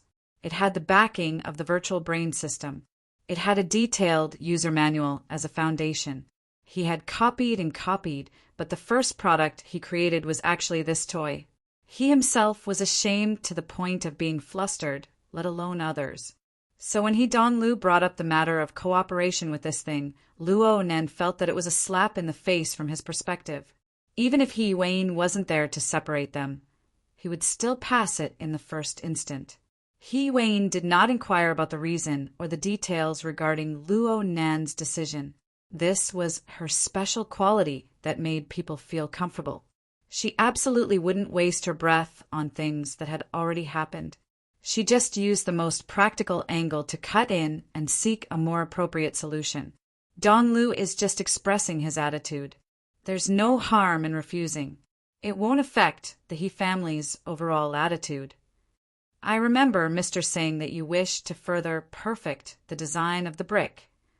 If the current research and development conditions provided by the branch are able to satisfy your needs, then there's no need to be in a hurry to deliver the results. We can avoid being distracted. Luo Nan felt that He Yuan had spoken to the bottom of his heart. With 2 hours of dinner time tonight, he could do anything. Of course, he could cut off the winter solstice challenge. This bit of price was worth it. Luo Nan naturally had to express his gratitude. In any case, I will certainly be indebted to you for helping me resolve Jim Master Shio's troubles. I've spoken to He Donglu. Sister Yuan, you might as well help me pass on the message. Luo Nan's words actually contain the meaning of, I only recognize you from the He family. It could be considered a small gesture of support, but He Yuan just replied, Donglu only needs to say it once. Besides, this is what the He family should do. Luo Nan didn't understand these words. Then He Yuan changed the topic. Mr. Luo, I've already sent over the latest information regarding the investigation of the mutant infection. It mentions that although Lanlin is a carrier of the virus, the relevant departments have already made him harmless after the incident at the Municipal Plaza on the 17th of last month. We can basically eliminate the possibility of him becoming a source of transmission again. Chapter 585. It was already 9:45 p.m. by the time Luo Nan walked into the house. The clear sound of the zither passed through the door and entered his ears before he even entered the door. The subtle sound of him opening the door was also completely drowned out by the bright and lively sound of the strings being plucked. It was to the extent that in the living room, besides Rui Wen, who was sitting in a standard posture on the piano stool facing the door, no one else noticed his arrival. A family concert? Even though Luo Nan's mood couldn't be considered all that great, he still relaxed a bit. He quietly changed his shoes in the entrance hall and walked into the warm living room. Right now, the entire family was gathered around the sofa in the living room, aside from Luo Nan, who had just returned. His uncle and aunt sat on the main sofa, shoulder to shoulder, with their backs against the door. Only the back of their heads was exposed. Mo Peng sat on his aunt's side. He rested an arm on the armrest and swayed back and forth, but his body was sprawled on the carpet. He was very comfortable, but in terms of comfort, it still belonged to Amoya, who occupied one side of the sofa and the chaise lounge. This sister didn't have a proper posture when lying down. She didn't have a proper posture when sitting. Her slender waist rested on the armrest. Her long legs were half bent and half straight. She was so idle that it made one's hair stand on end. Yet she still held the guitar. Her fingers and the plectrum plucked the guitar strings back and forth. She was as agile and dazzling as ever. This song was adapted from a classic rock song. Amoya had returned to her old profession and was in charge of the melody. Luo Nan listened to this part, the interludes and gorgeous polyphonic interpretation, and even the finger-picking techniques were used. The rich timbre and improvisational variations perfectly verified the high validity of the nickname Finger Palace. Compared to Amoya, Rui Wen sat upright under the cover of Amoya's gorgeous melody. Not only was her posture much more rigid, she mostly strummed the strings, and she occasionally broke down the chords back and forth. She also appeared much simpler. However, the metal strings beneath her fingers vibrated slightly. The resonant amplification of the single-panel box allowed the deep and penetrating timbre to be divined out. This was probably the best standard that the mid-range practice guitar in her hands could achieve. What was even more beautiful was the precise control. It could be said that she had firmly grasped Amoya's nearly casual and colorful rhythm. So much so that Luo Nan was nearly unable to distinguish whether the rhythm carried the melody or whether the melody carried the rhythm. The song was quite simple, but it was almost perfect for two guitars. At the end of the song, before Amoya could comment, Emo Pung was already cheering loudly and praising. Rue, Wen's rhythm is unparalleled. Io, speak properly. Luo Shuqing slapped her son's scalp. Emo Pung didn't even have time to complain when stood up from the piano stool. She nodded her head in greeting towards Luo Nan. Only now did the others see Luo Nan enter the door. Luo Shuqing also stood up. She looked up at her watch and frowned. It's almost 10 o'clock. You've been wandering outside all day. How did you learn from Emo Pung? Mom. Emo Pung was just about to prop himself up, but he didn't have any strength left. He was filled with grief and indignation. I go home on time every day. Why aren't you worried that Nanster will lead me astray? Go upstairs and sleep. Luo Shuqing gave her son a light kick. She had the heart to instruct Luo Nan a few more times, but when she thought of the special circumstances her nephew was in right now, she was unable to continue for a time. Luckily, her husband spoke up at this time. It's already 10 o'clock. Rue Wen has practiced the piano for nearly 2 hours. She must be tired. Everyone should go to sleep. Yep. Nan needs to adapt to the new rhythm as soon as possible. You're still young. Learning to enrich yourself and laying down your foundation is the most important thing. You need to calm your heart. Luo Nan obviously knew what his two elders were worried about. He went, yep. He didn't make any empty promises. He was just like he was in the past. He was an introverted and quiet child. If he could really be the same inside and out, then that would be the most gratifying result for his aunt and uncle. Okay, everyone wash up and go to sleep. Rue Wen can consider going on stage with me this weekend. Amoya stood up as well. She grabbed her guitar and stretched her back. She even waved her hands twice in passing, emitting a humming sound. Luo Shuqing couldn't find her daughter pleasing to the eye no matter how she looked at it. Going up with you to swing a sledgehammer? If we really do swing, then we'll be excellent idols. Amoya walked barefooted, giggling as she walked upstairs. She was completely unaware that her unintentional words had caused Luo Nan to subconsciously frown. 5 minutes later, Luo Nan knocked on Amoya's door. A few seconds passed before Amoya opened the door for him. She wore only a thin nightgown and her hair draped over her shoulders. She clicked her tongue twice. What a rare guest. It seems like a certain someone hasn't come to visit since he's no longer lacking in funds. That must be the reason why you ran away from home for nearly 2 months. The corner of Luo Nan's lips twitched as he retorted. He walked straight inside. He wasn't in the mood to joke around with Amoya. Amoya indicated for him to sit on a chair by the window. She sat on the edge of the bed with her legs bent. She casually fiddled with her hair. What's wrong? You look like you're suffering from a deep hatred. Did you hear some annoying news from your circle? You could say that. It was easy to talk with smart people. Plus, Luo Nan didn't have any misgivings about many things since he exposed a few of his true circumstances. He didn't need to beat around the bush. My circle is fine, but it's best to be a bit more careful when you're in your circle. There's news that there, to be exact, in your company, there's at least one, maybe many virus carriers. HIV. It's even worse than that. Luo Nan extended his hand and gestured at Amoya's head. Something that can grow horns on your head, cover your body in scales, and grow a tail on your butt. Amoya was stupefied. Then she reacted, mutant. In this era, the threat that mutants could bring about from reality to rumors were all sorts of assaults that disturbed people's thoughts. Amoya's reaction wasn't out of the ordinary. Luo Nan recalled the information he had just obtained from the branch's data.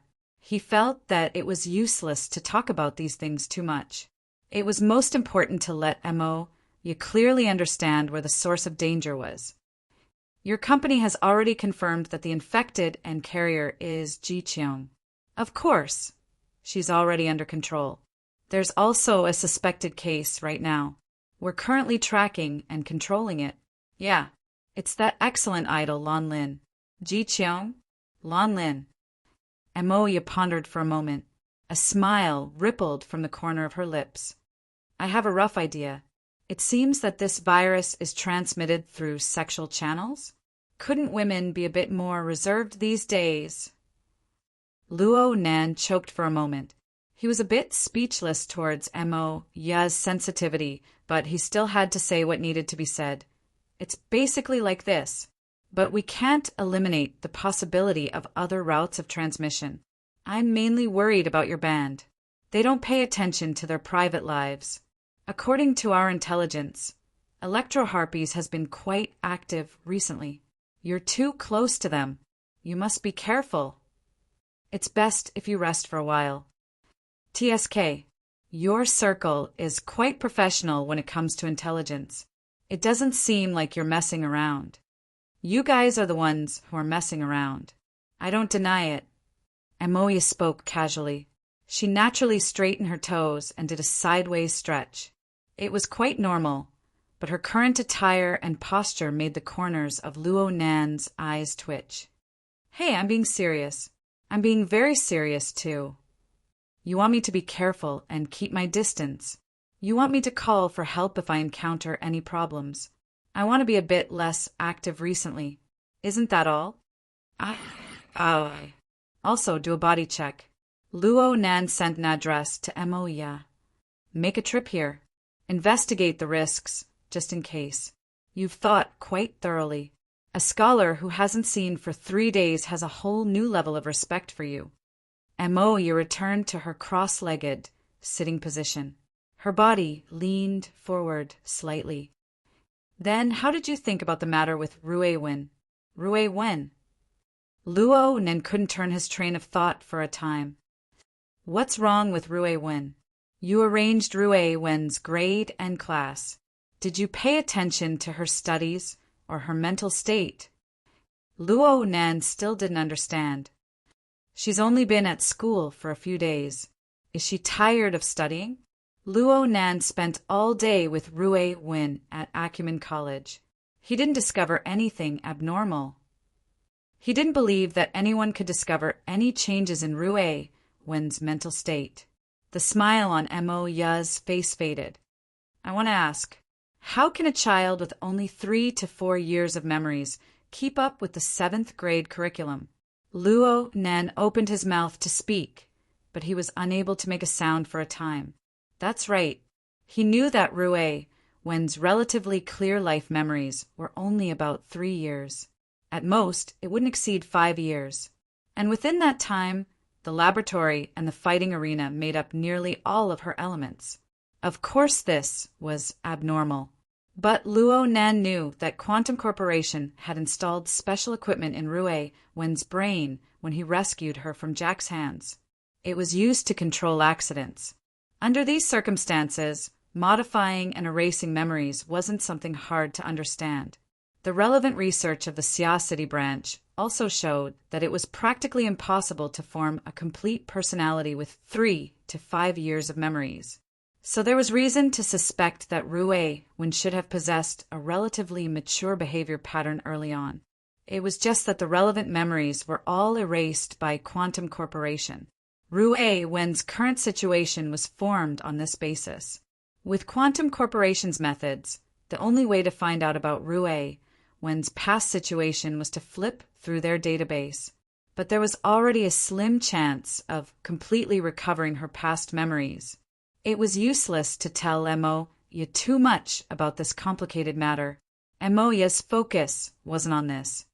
She only has 3 to 4 years of memories, and she only has the ones from the underground fighting arena. This means that Rui Wen's learning foundation is practically zero. Even though she's very smart, it would be very difficult for her to catch up in a short amount of time.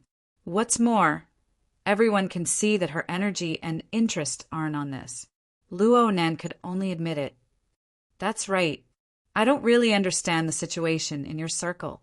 I can only ask you, Do you think she'll be able to live a normal life in another 10 years with the current trend? What I mean is that she'll have a normal social circle. She'll become a complete person in society. She won't just live on a certain side. Why do I feel like you're talking about her being a gangster? Though Luo Nan said this, he felt quite diffident in his heart. Rui Wen's current abilities were more than enough to live on, but if she were to live freely in society with a complete personality, Luo Nan couldn't imagine such a scene for the time being. Chapter 586. Luo Nan came out from Mo Ya's room. His eyebrows were locked. He had originally come to warn Mo Ya.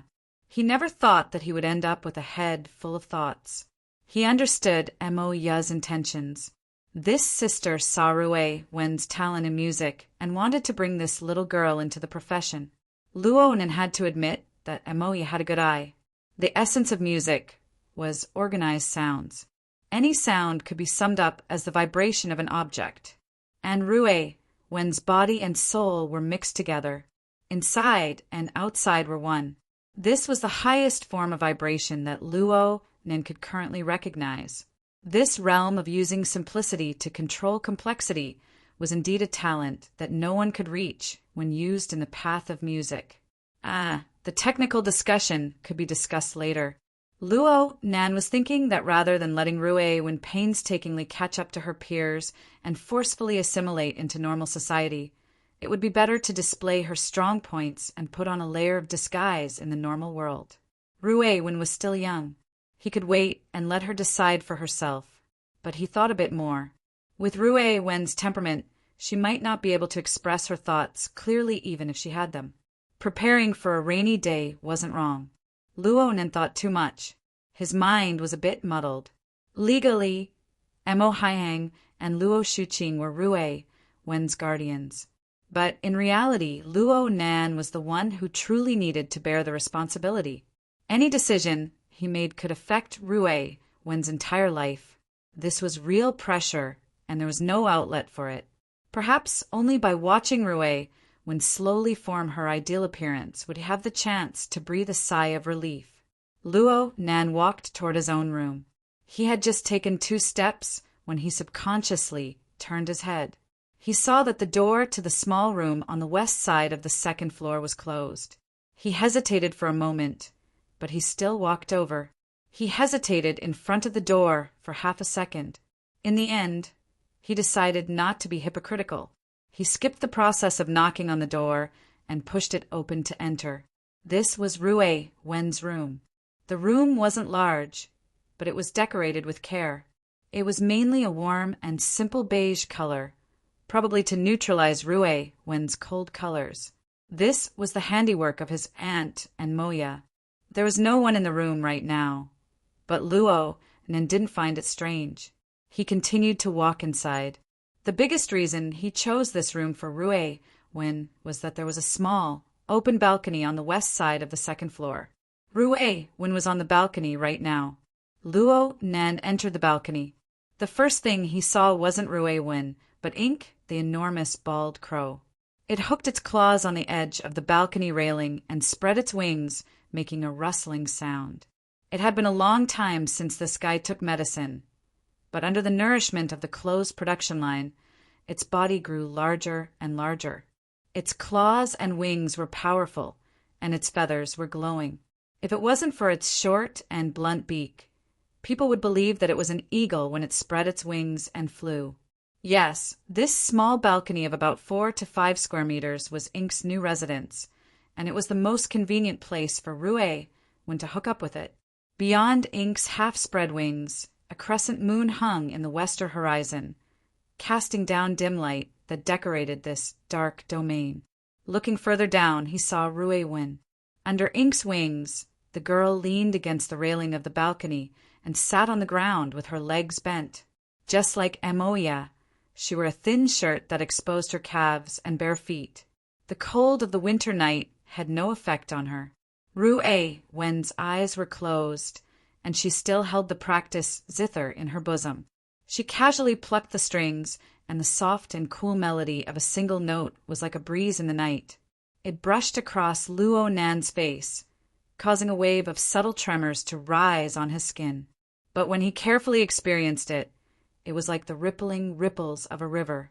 It was so clear that the bottom could be seen, but there was a vacant emptiness within. Luo Nan could sense the regular deformations of the vibrational waves of the metal strings as they penetrated through the texture of the zitherboard, but he was unable to experience the part that belonged to a person under this transparent and clear tone.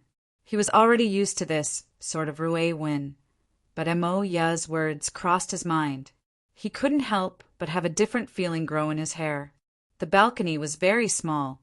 It could only fit Rui Wen by herself. Luo Nan didn't move forward. He stopped at the junction between the room and the balcony, and he half knelt in front of Rui Wen. Rui Wen must have felt Luo Nan approaching her, for she opened her eyes. Her deep and serene pupils were bottomless, and he couldn't see the emotions that a normal person should have.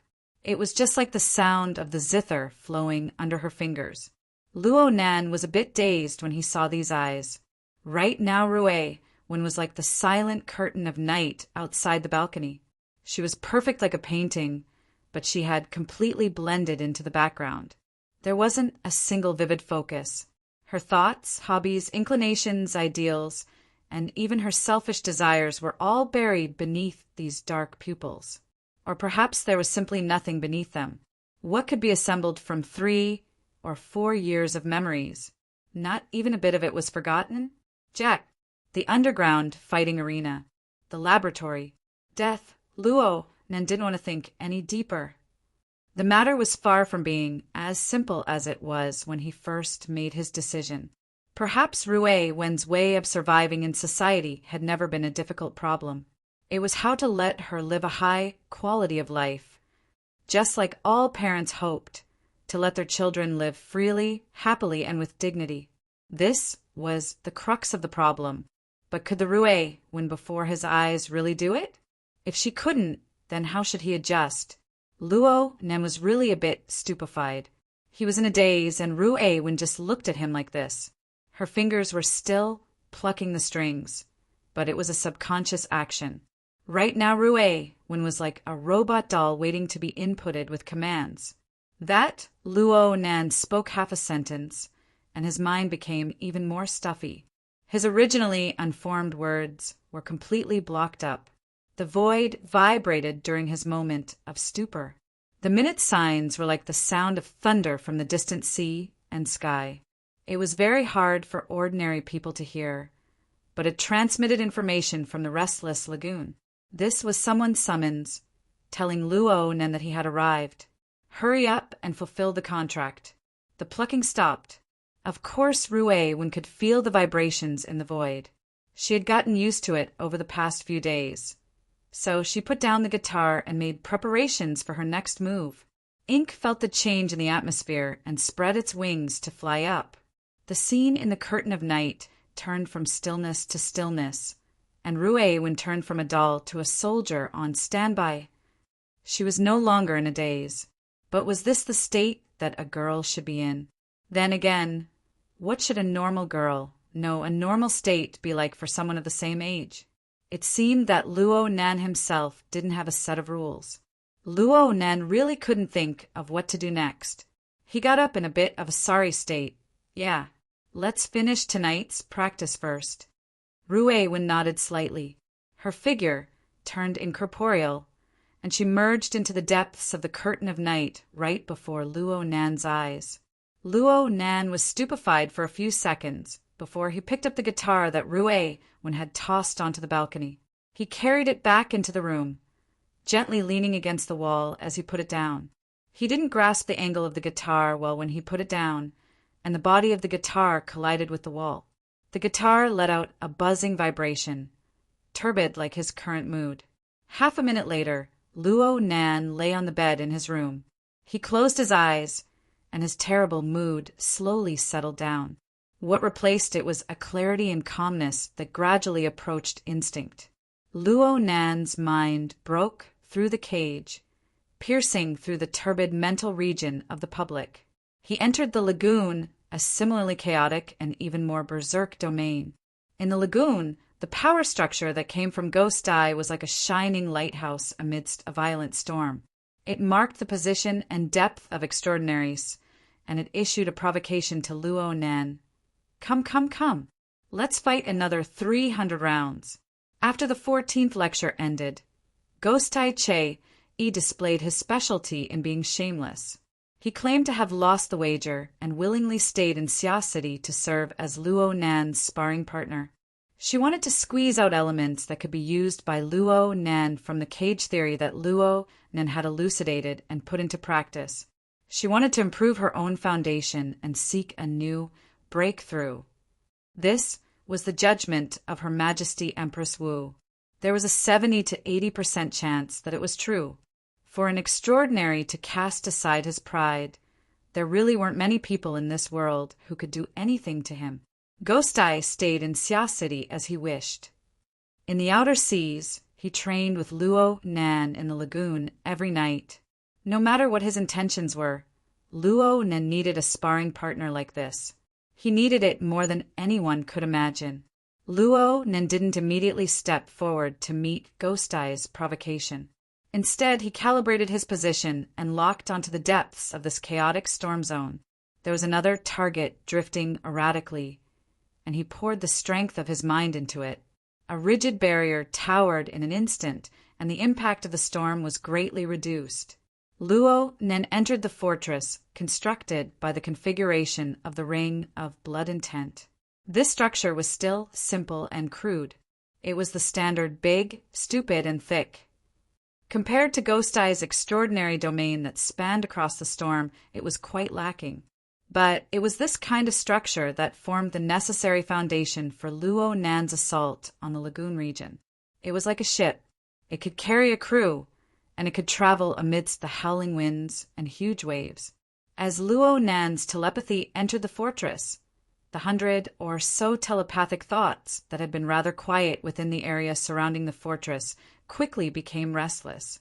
The corresponding information was sprinkled to every corner of Xia City through the psychic wave network and a few other channels.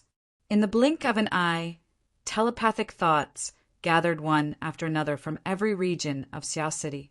Most of them were transferred through the psychic wave network. There were also a few who came through the bracelet that Luo Nan had distributed 2 days ago. In any case, the number of telepathic thoughts that came from different people within the fortress broke through the 500 mark in a short dozen seconds. This was pretty much the total number of ability users who could enter the fortress through the configuration of the Ring of Blood Intent after lesson number 14. Due to the pressure of the lagoon region storm and the limitations of the extremely simple configuration, a considerable portion of ability users had their consciousness in a half-muddled state after entering the fortress. It was very difficult for them to communicate with others. They only retained their basic perception abilities. Only a few B-rank mental users, such as Gao Meng and Bamboo Pole, could maintain the flow of telepathic thoughts to communicate. But no one was chatting with Luo Nan at this time. For the 500 ability users within the fortress, every second in the lagoon region was incomparably precious, and Luo Nan and Ghost Eye's attack drill was a carnival that belonged only to them. That's right, this was a carnival. Luo Nan borrowed the strength of the fortress to blast Ghost Eye with his first shot. He pushed against the energy turbulence of the lagoon region, transmitting the destructive shock several dozen kilometers away. Chapter 587. The revelry didn't last too long. Approximately 30 minutes later, the supernatural attack from Ghost Eye above the abyss region was like the receding tide of seawater. It receded layer by layer until it was far beyond the limits of human perception. At the same time, Luo Nan, who was leading the operation of the fort, had his spirited aura vanish into the void. It was indistinct and undetectable. The evening demonstration ended here. Some of the ability users within the fort withdrew their consciousnesses. Some wanted to stay for a while longer. It was fine even if they just wanted to experience the feeling of the abyss region. As for the latter, they only needed around 100 people to barely support the fort. If they had less than this number, they could only go back to their homes and find their own mothers. Speaking of which, the standard of 100 people was nothing for the ability users who were fortunate enough to participate in this matter. Most of them were able to experience the magnificence of the Abyss region in advance with a C-rank standard. They could ponder over the marvels of their own domain. Such a good thing was something they didn't even dare to dream of 5 days ago. It was only within the boundaries of Xia City that Teacher Luo was keeping watch. It was only because of the incomparably marvelous ring of blood that they were able to construct this fort, that they had this opportunity. At this very moment, the ability users of the Xia City branch, of course, were the lucky ones who participated in number 14 Luo Nan's lecture. They were the targets of envy, jealousy, and gnashing of teeth from the entire world. Just this sense of superiority was enough to bestow them with powerful motivation. Even though Luo Nan's bracelet had yet to be popularized, the cost of using the SVIP model of the psychic wave network was not cheap. The ability users of Xia City still relied on their surging enthusiasm to continue the operation of the fort until the latter half of the night. Only when most people were exhausted of energy and were forcefully kicked out of the psychic wave network did the fort stop. Early in the morning, the cold air and the morning mist of the seaside mingled together and swept through the city. The neon lights of the business district still illuminated the city's sky. A certain person who persisted to the end left a message on the forums of headquarters. I pulled an all-nighter in the fort again. I'm so tired. Then he fell into a sweet dream amidst the howls of Kill Xiache that filled the mountains and plains. He had no reaction to the sound of cars that gradually grew denser outside the window. A commercial vehicle that had been parked in the residential district for half the night started up and slowly drove out. The car itself was very ordinary, but the interior of the car was completely modified according to the layout of a high-end business car. Other than the driver's seat in the front, the middle and rear parts were completely open, with only 2 seats side by side, suitable for sitting or lying. The main color of the carriage was dark red. Most people were not used to this color, but the 2 people in the carriage were already used to this environment. Yin Lu wore a suit with her legs together as she sat on the right seat, looking like a white-collared office worker. Her amber glasses couldn't conceal her beauty, but it changed her temperament a little. She operated the car's audiovisual system to display the updated electronic chart and said softly, "We've already conducted 2 rounds of observation on the targets recommended by Multifaceted. From the looks of it, he was indeed able to enter the abyss and carry out his consciousness activities. But the range is very limited, just like the devout believers of the Order who have received the installation of the Sanguine Flame's willpower. They have ascended for a short period of time." Madame Halder gave the final answer. After a month, the leader of the Sanguine Order had once again set foot in the territory of Xia City. Right now, she was sitting on the left-hand side of the seat. Her face was expressionless, but she stuck out her pinky out of habit. Her blood-red fingernail lightly scratched the old wound on her cheek, feeling the slight itch and pain. Yin Lu blinked her eyes behind her glasses. Even though Madame Halder was the first to blade him, what she said just now was a bit out of line. She lacked reverence for the Sanguine Flame's willpower. She was too close to the control faction. However, Yin Lu didn't say anything. She continued to analyze the information, corroborating with Madame Halder's opinion.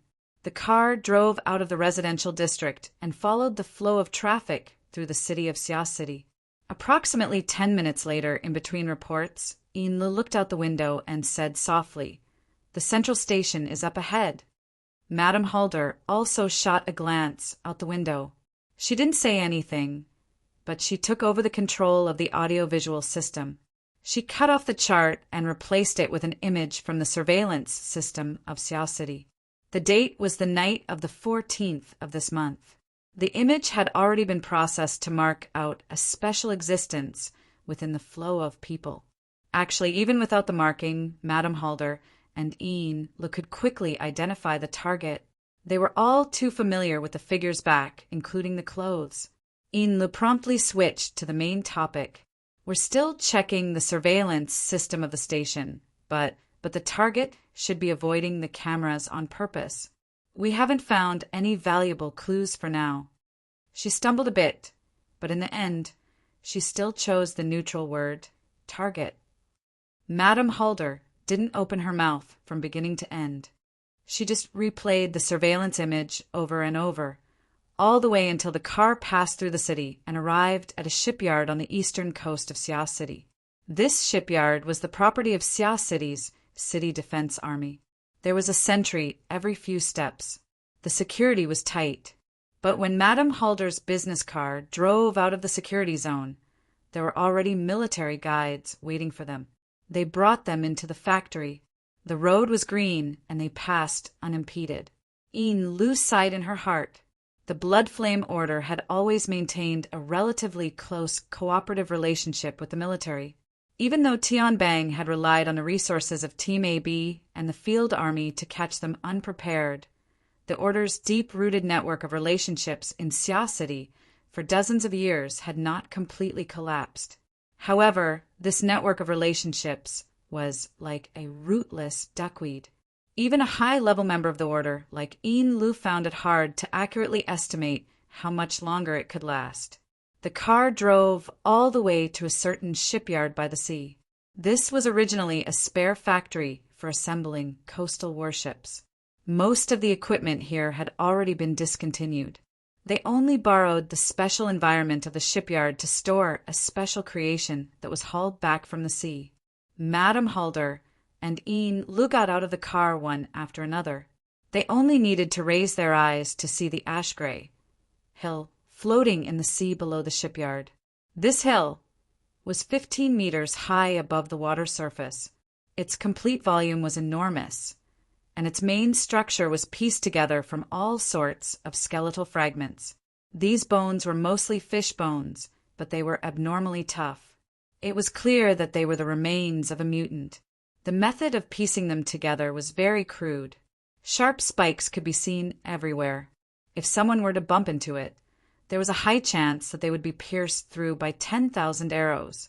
This hill was the most obvious trace of the sea region where Jean Tong had either disappeared or died half a month ago. It was still a ghastly white in the video data. As time passed, the bones continued to change color. But in any case, it looked rather strange and frightening. Inlu had just sized it up a few times when someone called her. She swept her eyes over the number and immediately took 2 quick steps forward. She moved closer to Madame Halder's ear and said, "Sky General Entertainment. They're most likely here to discuss an acquisition." Madame Halder stared at the hill of bones. She simply waved her hand and walked forward. Inlu understood. She stopped where she was and spoke a few words with Madame Halder.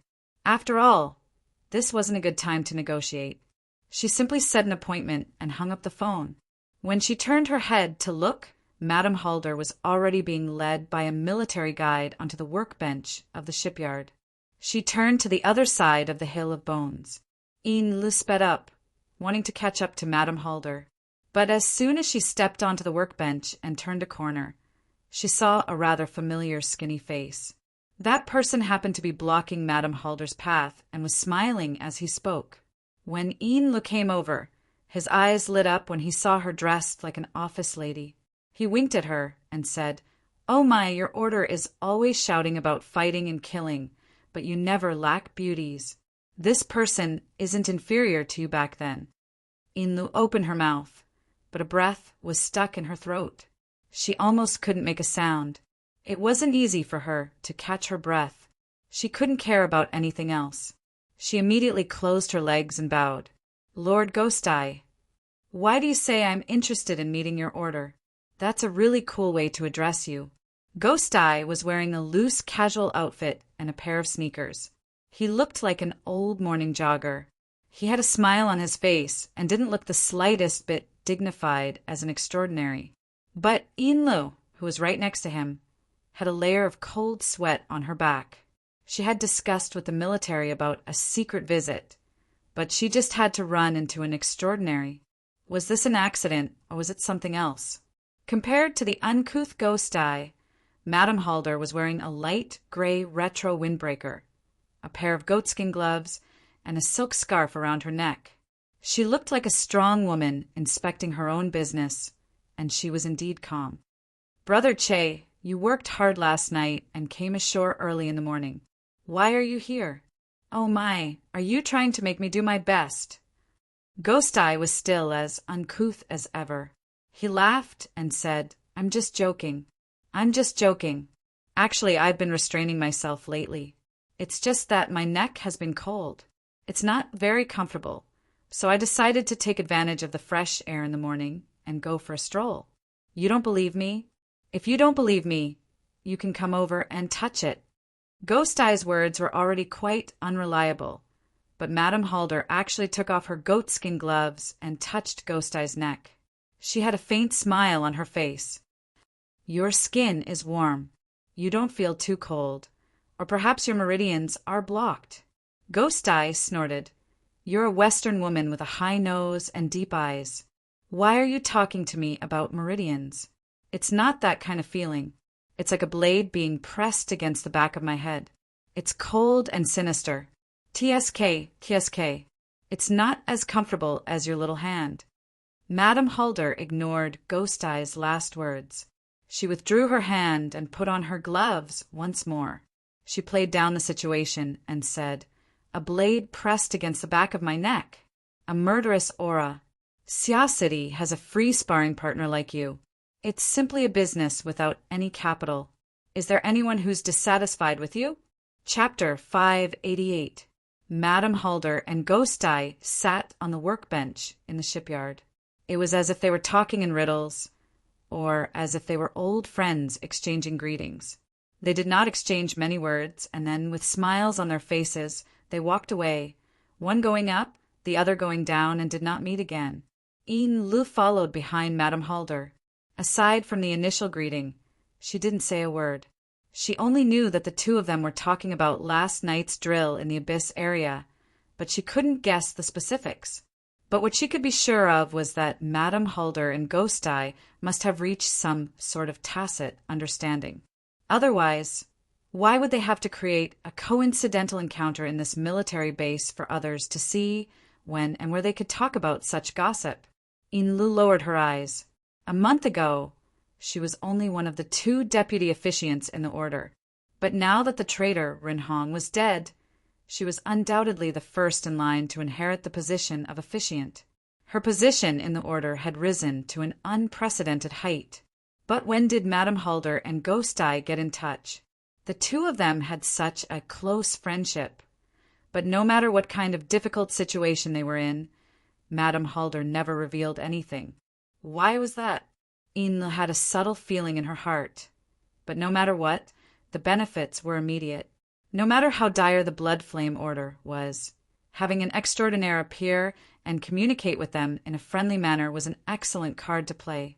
The guiding personnel of the military were dumbfounded at this moment. To him, this was undoubtedly a very important piece of information. And when this information was sent to the military decision-makers, it would probably boost the blood flame order, which was currently in a rather passive position in D-City. Inlu pondered over this in her heart, but since Madame Halder didn't say anything, she couldn't ask. A minute later, Ghost Eye, who had finished circling around the white bone mound, did not even say goodbye and just left. She finally calmed down and carefully observed the white bone hill that was right in front of her. In fact, the higher-ups of the blood flame order had already analyzed the white bone mound from all sorts of images and information. This time they were seeing the real thing in person to verify their previous analysis. Lu soon confirmed that 99% of the white bone hill structure was based on the Blood Soul Temple. As for the remaining 10%, it was just a deviation caused by the impact of the energy. Most importantly, even though it had been half a month, he could still vaguely feel the special spiritual waves radiating from it. Outsiders wouldn't be able to guess. But as the deputy officiant, Inlu could tell at a glance that during the process of shaping the white bone hill, there had been an astonishing energy exchange. Within the church, This energy exchange was also called blood sacrifice.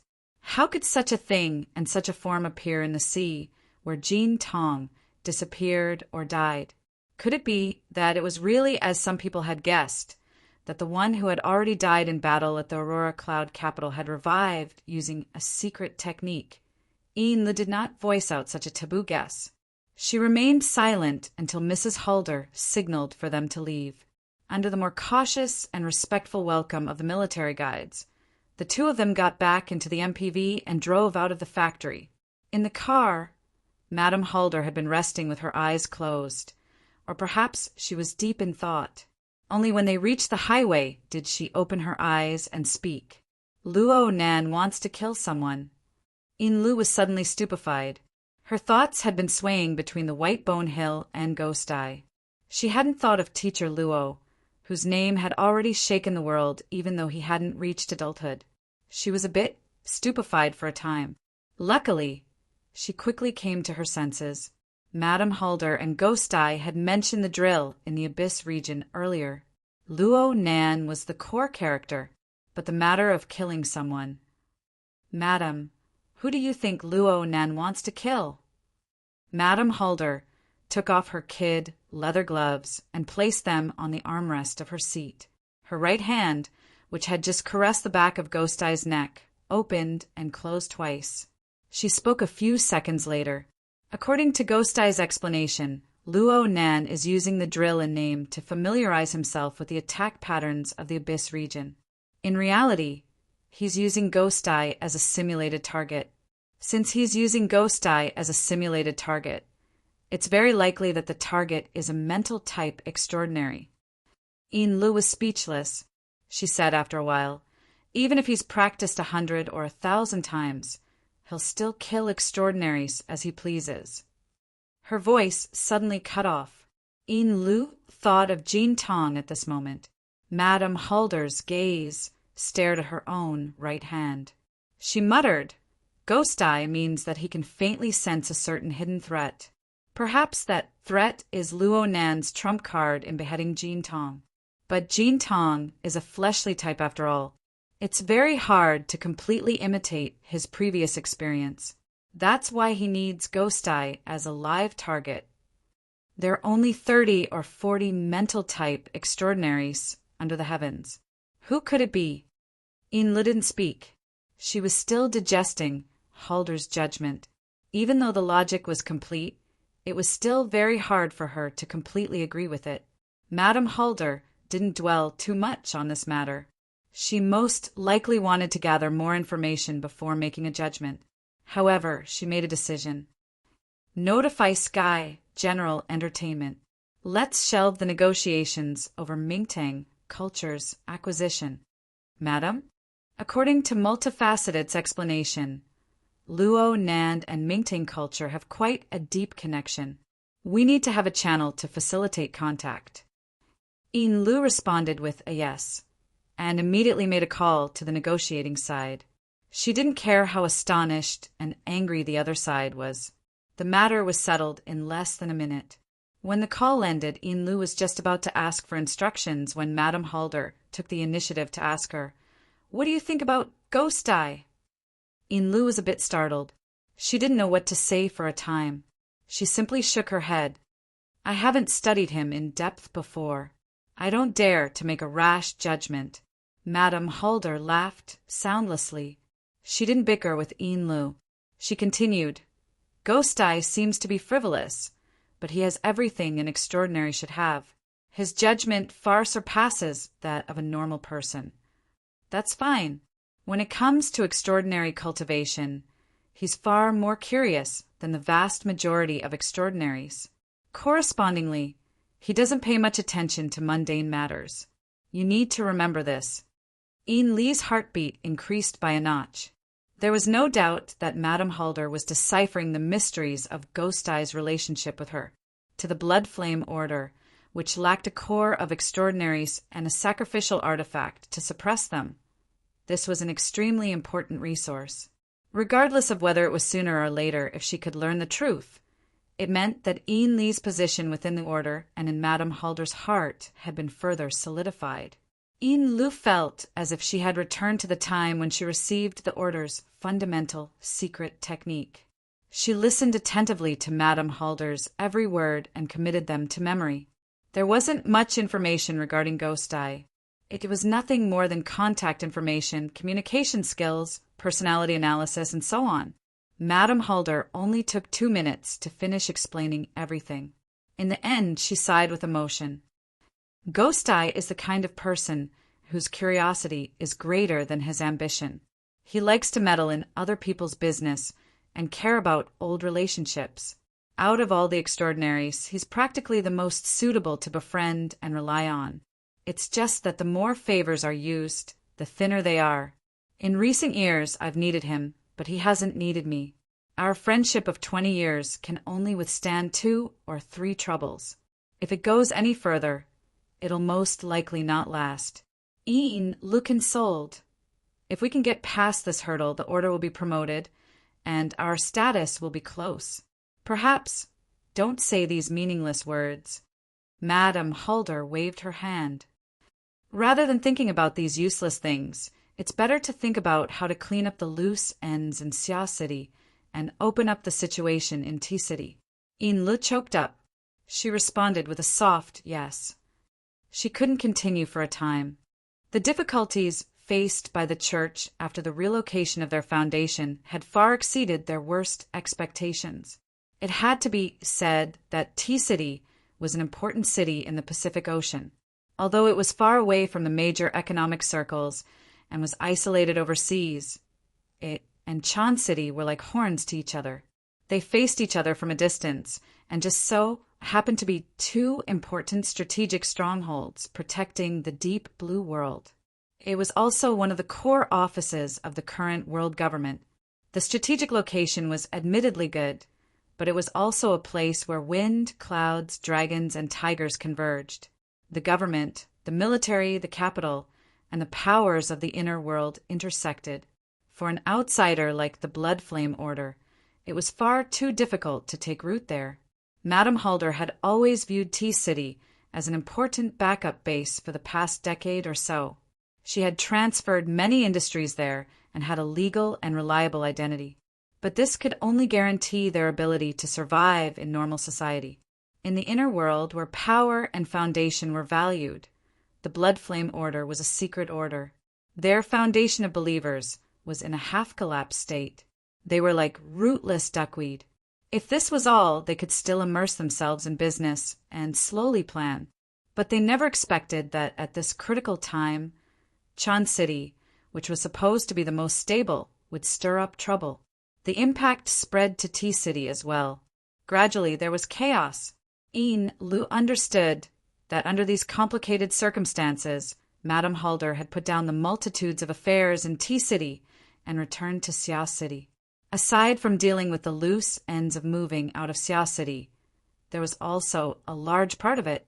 Madame Halder saw that the situation in T City was difficult and hoped to find some external power that she could borrow. Right now, Madame Halder had found Ghost Eye, but this wasn't enough. Several minutes of oppressive silence persisted in the commercial vehicle until news from the outside came in. Yin Lu received the latest intelligence from the Pacific Ocean. Calling it intelligence was a bit of a stretch. The news had just been released when it became the most explosive news in the inner world. The Ability User Headquarters and the Order of Justice have put aside their negotiations, but they immediately announced the news of a new plane to the outside world. Confirmed? What's the specific location? Yin Lu felt a bit bitter in her mouth. Confirmed, but there's no specific location.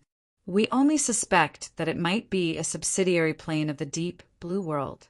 Madame Halder was silent. Yin Lu paused. In the end, she couldn't help but speak again. T City is definitely within the exploration radius. According to the official exploration principles, the recruitment of personnel is imperative. There's also the expulsion and counterattack of the mutant species. Madam, our manpower and reserves can't afford to be tossed about.